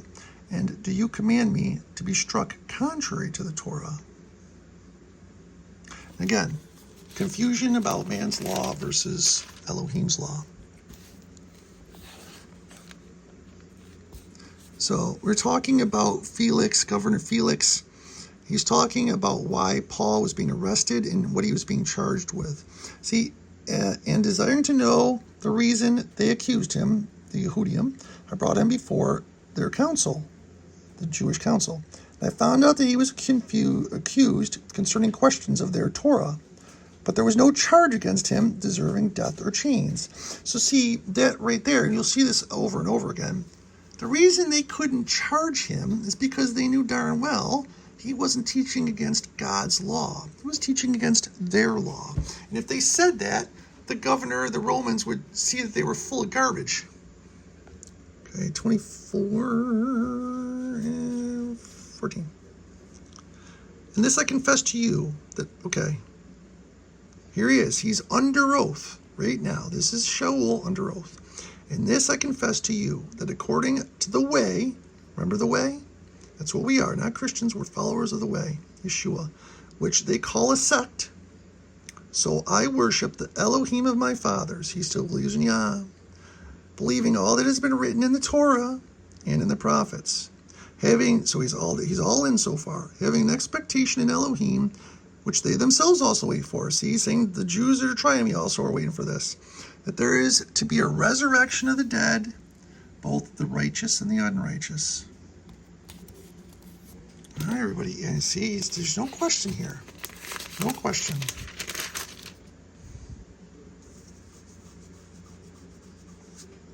Okay, Acts. Where are we? 25:8. I missed that one. Well, Shaul said in his own defense, still on trial here, neither against the Torah of the Israelites, Yehudim, nor against the set apart place, nor against Caesar did I commit any sin. Remember, against dogma he did, telling them to forget the dogma, but not Yah's law. All right, this is a little. I've got some work highlights in here. Let me just figure out real quick.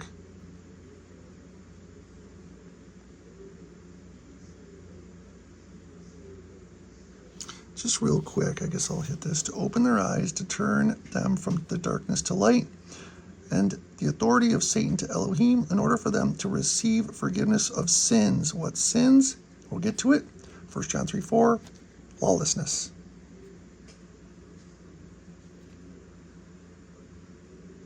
Okay, I just wanted to get that in real quick. And it ties in together with something else I was working on. 28, 23. Okay, so this is Acts where Paul is still dealing with all this. And having appointed him a day, many came to him where he was staying, to whom he was explaining, earnestly witnessing about the reign of Elohim, and persuading them concerning Yeshua from both the Torah of Moshe and the prophets from morning until evening. Now, that might be my next video, see concerning Yeshua from the Torah of Moshe and the prophets. So all the Old Testament showing that Yeshua is the son of Yah, and he is here. Because remember, the Pharisees believe in the resurrection. The Sadducees don't. The Sadducees are really out in left field. I don't even know what's up with them. They don't even believe in the resurrection. I don't know if you knew that or not, but that's some research you can do. All right, we're in Romans. Man, this is long. 118 we'll start out with. Letters from Paul to Romans. Now remember too, everybody, the context of these letters, there's an overall context of these letters and then individual context sometimes in the stories here. Sometimes when he was talking to like certain towns, the letters he was writing to were specifically at Israelites concerning the Torah. And some of them were more geared towards Goyim, people who weren't Israelites. So you have to keep that in mind too. That's why, again, Paul is a master class. You got to know your stuff with Paul before you go spitting out about him. For the wrath of Elohim is revealed from the heaven against all wickedness, not following the law, and unrighteousness, not following the law of men, who suppress the truth in unrighteousness. What's righteousness? Blamelessly walking in the commands of Yah. 2:7, 2:6. Wait a minute. This is righteousness. This might have to do with works. Okay. Well, here's 12. For as many as sinned without the Torah shall also perish without the Torah, and as many as sinned in the Torah shall be judged by the Torah. Again, interchangeably, dogma versus God's law, and also, because there's two ways it can be looked at there. And if you sin with the Torah, you're going to get judged. Let's see. For not the hearers of the Torah are righteous in the sight of Elohim, but the okay. For not the hearers of the Torah are righteous in the sight of Elohim, but the doers of the Torah shall be declared right.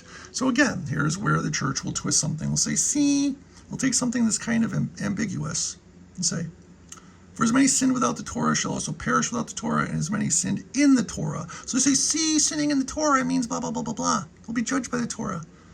Well, again, you're going to tell me this one verse goes against the whole book we've gone so far? Well, let's keep reading, maybe. Context, everybody. For not the hearers of the Torah are righteous in the sight of Elohim, but the doers. So obviously, whoever's using this one verse cherry-picked is taking it out of context. Be very, very, very wary of people who do that. For when nations who do not have the Torah by nature do what is in the Torah, although not having the Torah, they are a Torah in themselves. Confusing, right? That just means that, again, when we talked about some of the exceptions to doing the Torah, there are nations who, without even hearing God's law, do it because it's the right thing to do. You don't lie, don't cheat, don't steal, don't screw other people over. They're doing the Torah unto themselves. They just know it because God wrote it on their heart and minds. Because if they don't do it, but they don't have it, but they're still doing it. That's what Paul's talking about there. See, to show the work written in their hearts and their conscience, also bearing witness and believing themselves. So, there you go. You don't even need to, you just have to do what's right. Everybody knows what's right and wrong, you know?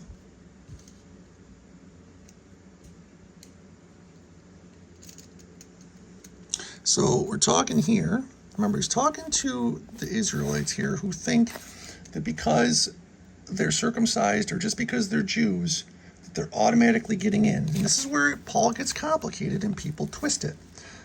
You who make your boast in the Torah through the transgression, their oral law, through the transgression of the Torah do you disrespect Elohim. For the name of Elohim is blasphemed among the nations because of you.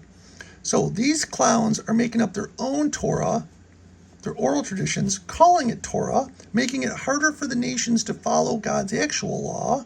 So the nations are going, oh, well, screw the Lord and screw his Torah, not knowing that the Pharisees, men, have added to it.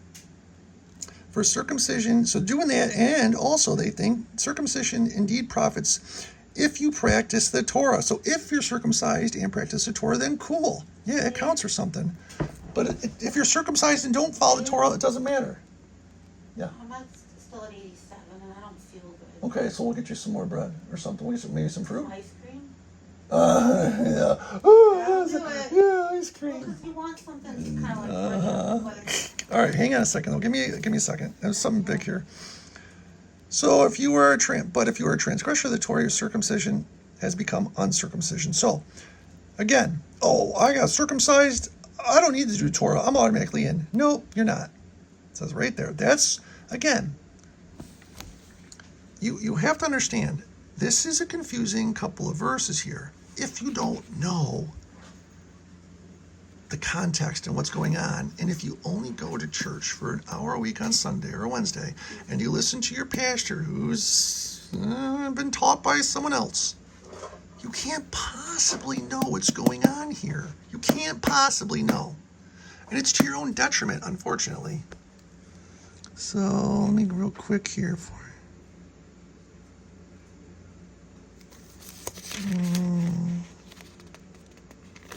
Let me keep real quick here. I'm going to have to pause this. All right, let me just get through Romans real quick. Romans 9:6. However, it is not as though the word of Elohim is failed, for they not all of Israel who are of Israel. Neither are they all children because they are seed of Abraham, but in Isaac your seed shall be called.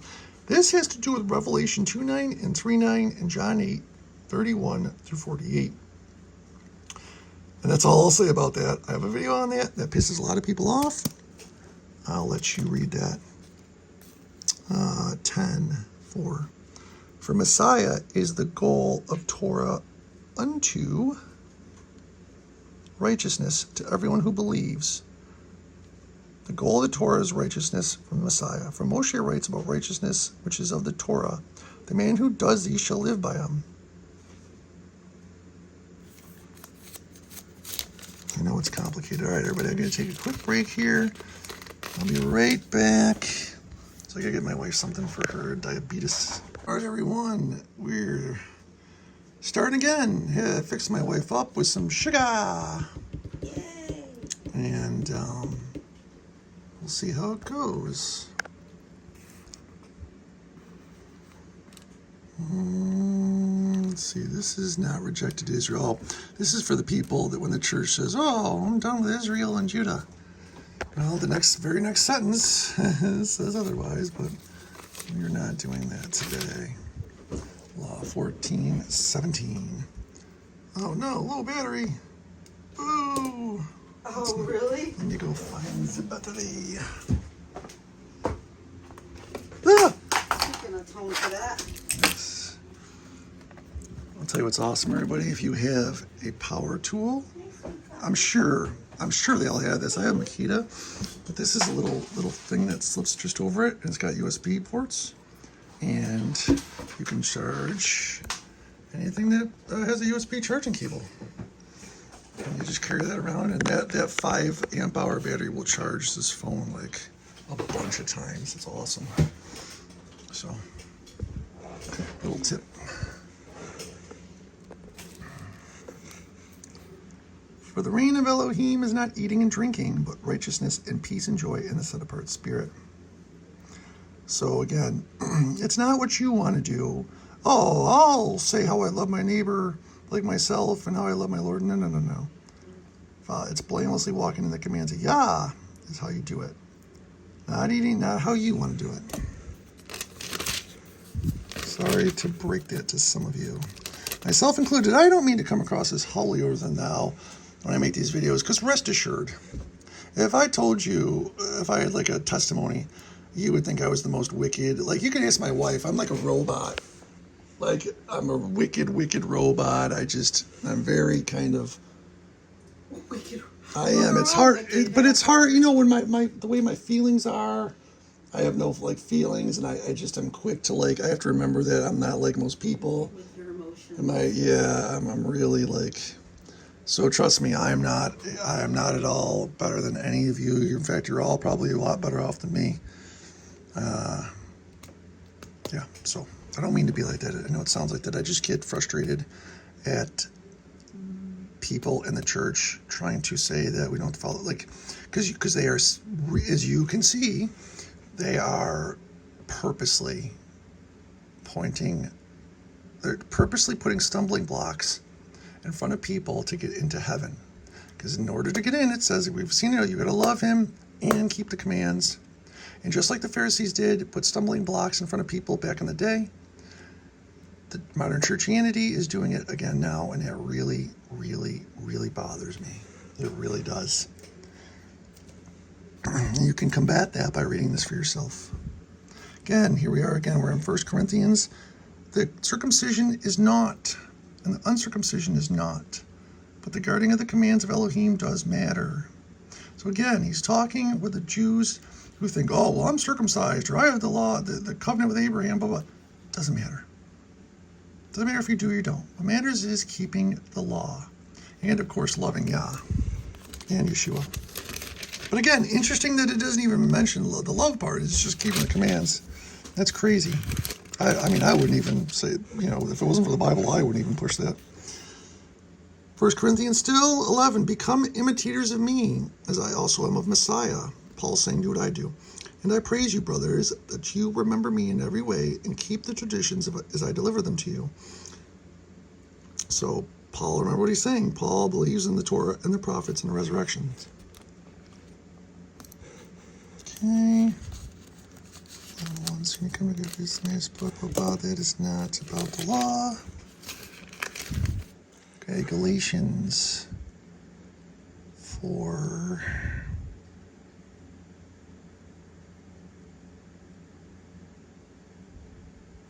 All right, this is one of the ones that can be really confusing.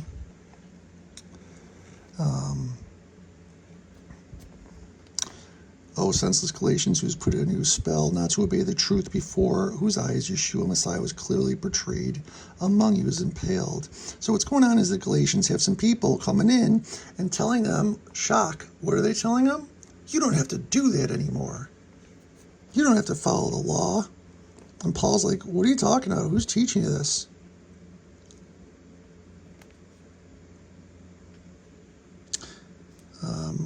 Again, this is why people use Paul, right? What he writes here. Even so, Abraham did believe Elohim, and it was reckoned unto him as righteousness. But remember what we saw back in the Old Testament. It was his belief and following his commands. See, Paul left that out, which doesn't mean it's negated. It just means Paul didn't write it. So that's why, again, you could see right there, you could twist Paul and say, see, it's just belief. But what is righteousness? Blamelessly walking in the commands. So he is saying belief So it's both. Blah, blah, blah, blah. For as many as are the works of Torah are under the curse, and you are under the curse when it was just the Torah, as no one is perfect, and you cannot be perfect and not keep the Torah perfectly. Only Yeshua could do that. So yes, you bad times will come because, if you do something, if you break one of the rules, something bad happens. Works under the Torah. Cursed is everyone who does not continue in all that has been written in the book of the Torah to do them. You're cursed. This is confusing because you're cursed if you fail at following the rules. I'll make it simple. If you mess up the rules, of course, something bad's going to happen to you. But you're cursed by Yah if you don't do them, because he says, as we can tell, to do them. So I'm cleaning this up for you. Many of the words Torah are under the curse has been. And no one is declared right by the Torah before Elohim. We all understand that. The righteous will live by belief. Now remember, we can twist Paul here, because Paul says we shall right by belief. But Yah himself in Yeshua says belief and following the commands. But Paul himself also says follow commands. What? It just kept, well, Sorry everybody, my dad is in battle with PayPal right now. I would recommend you never use PayPal. He was buying something. He was a buyer. And a guy scammed him. And PayPal didn't side with my dad. They said, we found no misuse. Even though the guy texted my dad and said, ha ha, I scammed you, I have your money. Sent it to PayPal, they didn't care. So my dad went to his bank and said, hey, don't pay PayPal. Well, PayPal saw that and said, well, we're going to charge your credit card because that's on file too. So now my dad has to go to his credit card and dispute that charge. PayPal is awful. People, I would advise you not using them, in my opinion. So where were we? So we're in the twisting of Paul, which is easy to do. I will admit. It is easy to twist. That's about the covenant. Is the Torah then against the promises of Elohim? Let it not be. For if the Torah had been given that was able to make alive, truly righteous would have been by Torah. It's tough. I get it, everybody. It's tough.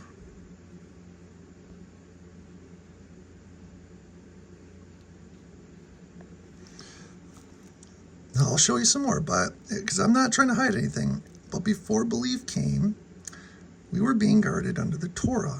We were being guarded, having been shut up for the belief, being around to be revealed. Therefore, the Torah became our trainer unto Messiah, in order to be declared right by belief. And after belief has come, we are no longer under a trainer. So people will be like, well, that means we're no longer under the Torah. But remember what you're doing there. You were taking one or two verses and trying to negate all of this. And even Paul himself. So again, I do see, everybody, it is tough. Paul is tough. That's just why you have to be careful with Paul. 4, 5... 3:10, 3:17. Let's keep going here. Again, let's pretend that Paul is straight up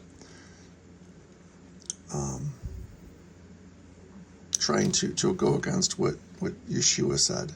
Who are you going to go with? Right? End of story. He isn't, but there you go. See, 1:4, Ephesians 1:4. 1. Even as he chose us in him before the foundation of the world, that we should be set apart and blamelessly walking in the commands of God before him in love. 2:1. And you were dead in trespasses and sins. What sins? 1 John 3:4. Sin is lawlessness. 2:15. Okay, now we're getting into where it is shown specifically. We've got a couple places here, if I remember correctly, where no, it's not Elohim's own law that got nailed to the stake with Yeshua. It was the dogma, man's oral traditions, man's Torah. Having abolished his flesh and his enmity, the Torah of the commands in dogma.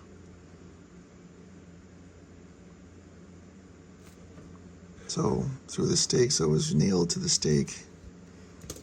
But it says it more specifically. That one's I get it a little confusing. 6:14.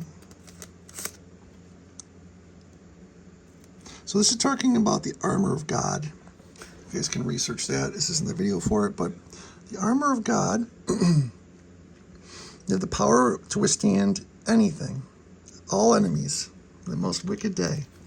Girded your waist with truth. Remember, in the truth, we're talking, when you see truth and righteousness and all that stuff in the Bible, you're talking about the Torah and following the law. Having put on the breastplate of righteousness, blamelessly walking in the commands of Yah. So if you follow the rules, that is part of the armor of God, of Yah. Above all, now remember I said above all, having taken up the shield of belief. Now belief is number one, but obviously it needs to be paired with following the law, as we've seen.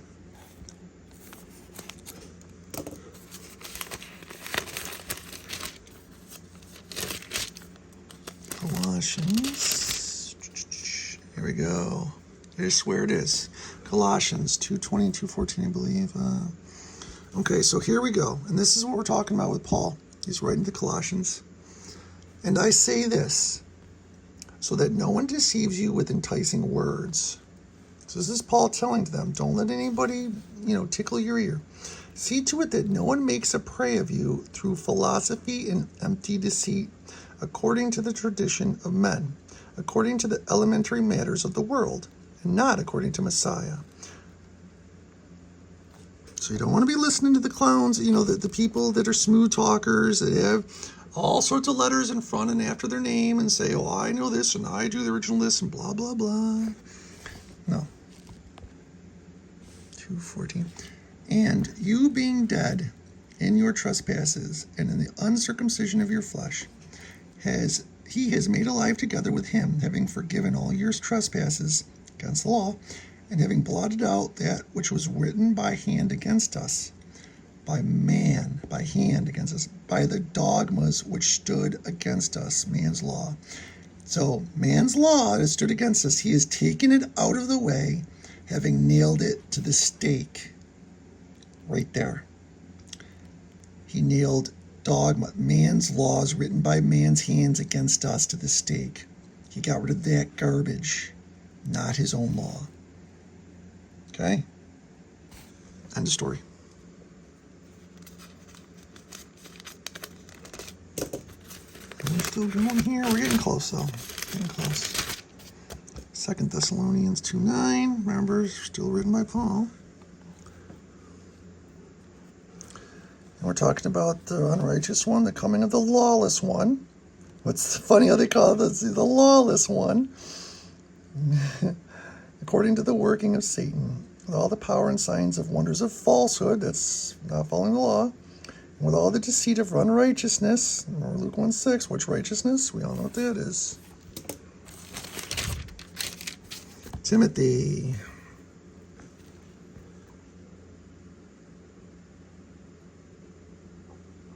Okay. We know that the Torah is good if one uses it legitimately. You're supposed to follow the Torah in good faith, blamelessly, trying it as best you can. Knowing that the Torah is not laid down for a righteous being, again, here he's being confusing, but for the lawless and unruly, for the wicked and for the sinners, and for the wrongdoers and the profane, and who kills or see. There you go. That's confusing. I fully admit it. That is confusing if you don't know. He's talking about the Torah of man. Is he talking about the Torah of God? Is he taking this out? Is this taken out of context? What's going on here? Now we know that we're supposed to follow the law. Paul follows the law. He tells us to follow the law. Yeshua tells us to follow the law. But why is he saying this here? And I'm not going to explain all this for you guys, because I want you to talk with the Spirit. I want you to do some research for yourself. But again, I am not sitting here and saying that Paul is not complicated. That is the covenant. The new covenant, remember, church unity, it's a new covenant. The new covenant's so new that it's copied exactly almost verbatim from Jeremiah 31, 31 through 34, if you want to look for yourself.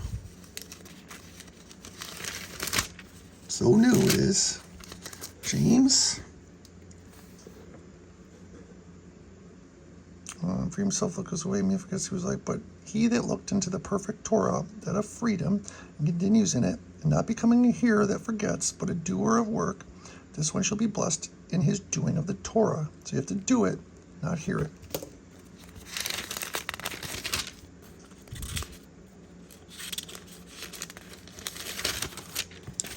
Here we are, 1 Peter 2:21.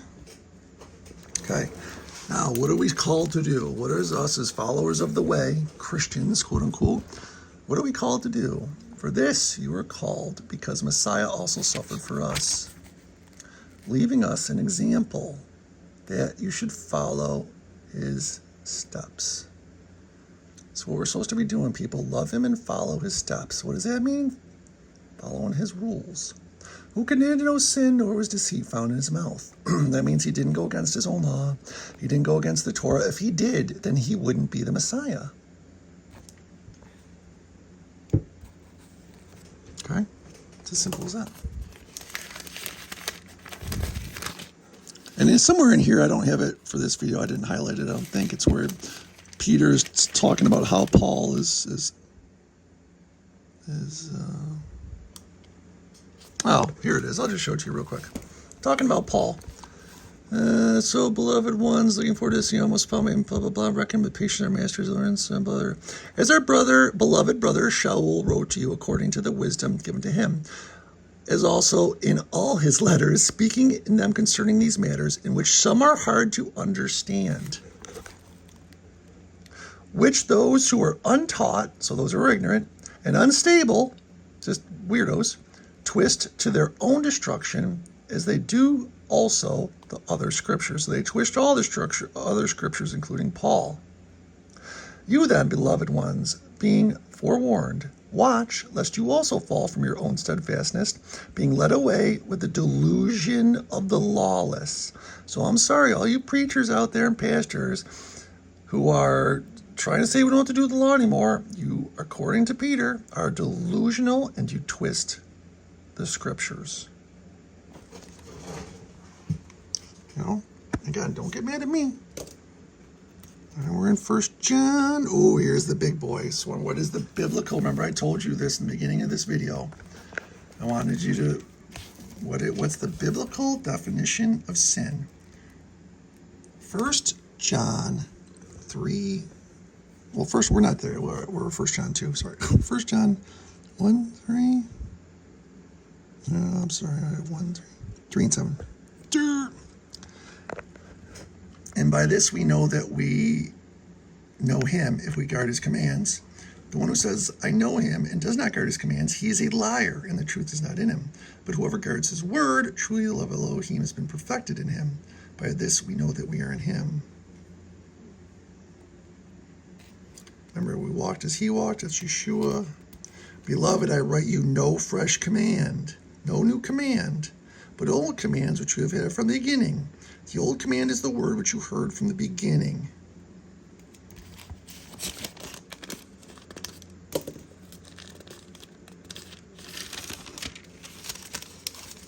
Okay, here we go.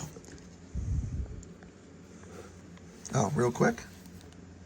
And the word passes away, the world passes away, the lust of it.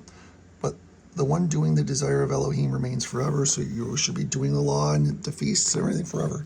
1 John 3:4. What is sin? Biblical New Testament definition. Everyone doing sin also does lawlessness, and sin is lawlessness. You're basically breaking the rules. Sinning is breaking the rules. Okay? That's it. You're just not following the rules. It's not super complicated. That's why we're supposed to be, we're supposed to be following the rules, the commands. 5:9. By this we are children. By this we know that we love the children of Elohim, when we love Elohim and guard his commands. For this is the love of Elohim, that we guard his commands, and his commands are not heavy. John. Alright, here, man, this is long. This is a long video, peeps. This is Revelation. I think we're going to go, I think we're going to be in 14:12 is the, okay, who's going to be in heaven? 14:12. Here, who are the set apart ones who are mentioned all in Revelation? Here is the set apart, endurance of the set apart ones. Here are those guarding the commands of Elohim and the belief of Yeshua. Like we've always said, love Elohim and Yeshua. Follow the commands. Okay. Wow, we're almost done, everybody. Look at that. Keep going. Works. No. Just to follow up. Remember, anyone who takes away from the words of the book of this prophecy, Elohim shall take away, you basically get kicked in the ass. Now again, some people are like, well, see, it's just for the book of this prophecy. Well, check Deuteronomy 4, like I showed you in the beginning. It's the whole Bible, and there you have it, folks. I may have missed a couple. I hope that clears it up for you. I hope you understand that you absolutely have to be following Yah's rules or trying the best of your ability. And again, that when you say it like that, how it's, if you say it in modern terms, it absolutely, positively is reasonable and makes sense. He's like, hey, everybody, you love me? Cool. I got some rules you got to follow. That's it. And like Peter says, Paul is tricksy. The lawless, remember, who's the lawless? Churchianity. He's telling us we don't have to follow the laws. Oh, except for the Ten Commandments, but then they don't do the Sabbath. Remember, they're the lawless are telling you to be lawless. Well, yeah, what does it say about them? So I hope you found this enlightening, and I'm going to have some more coming. Peace out, yo.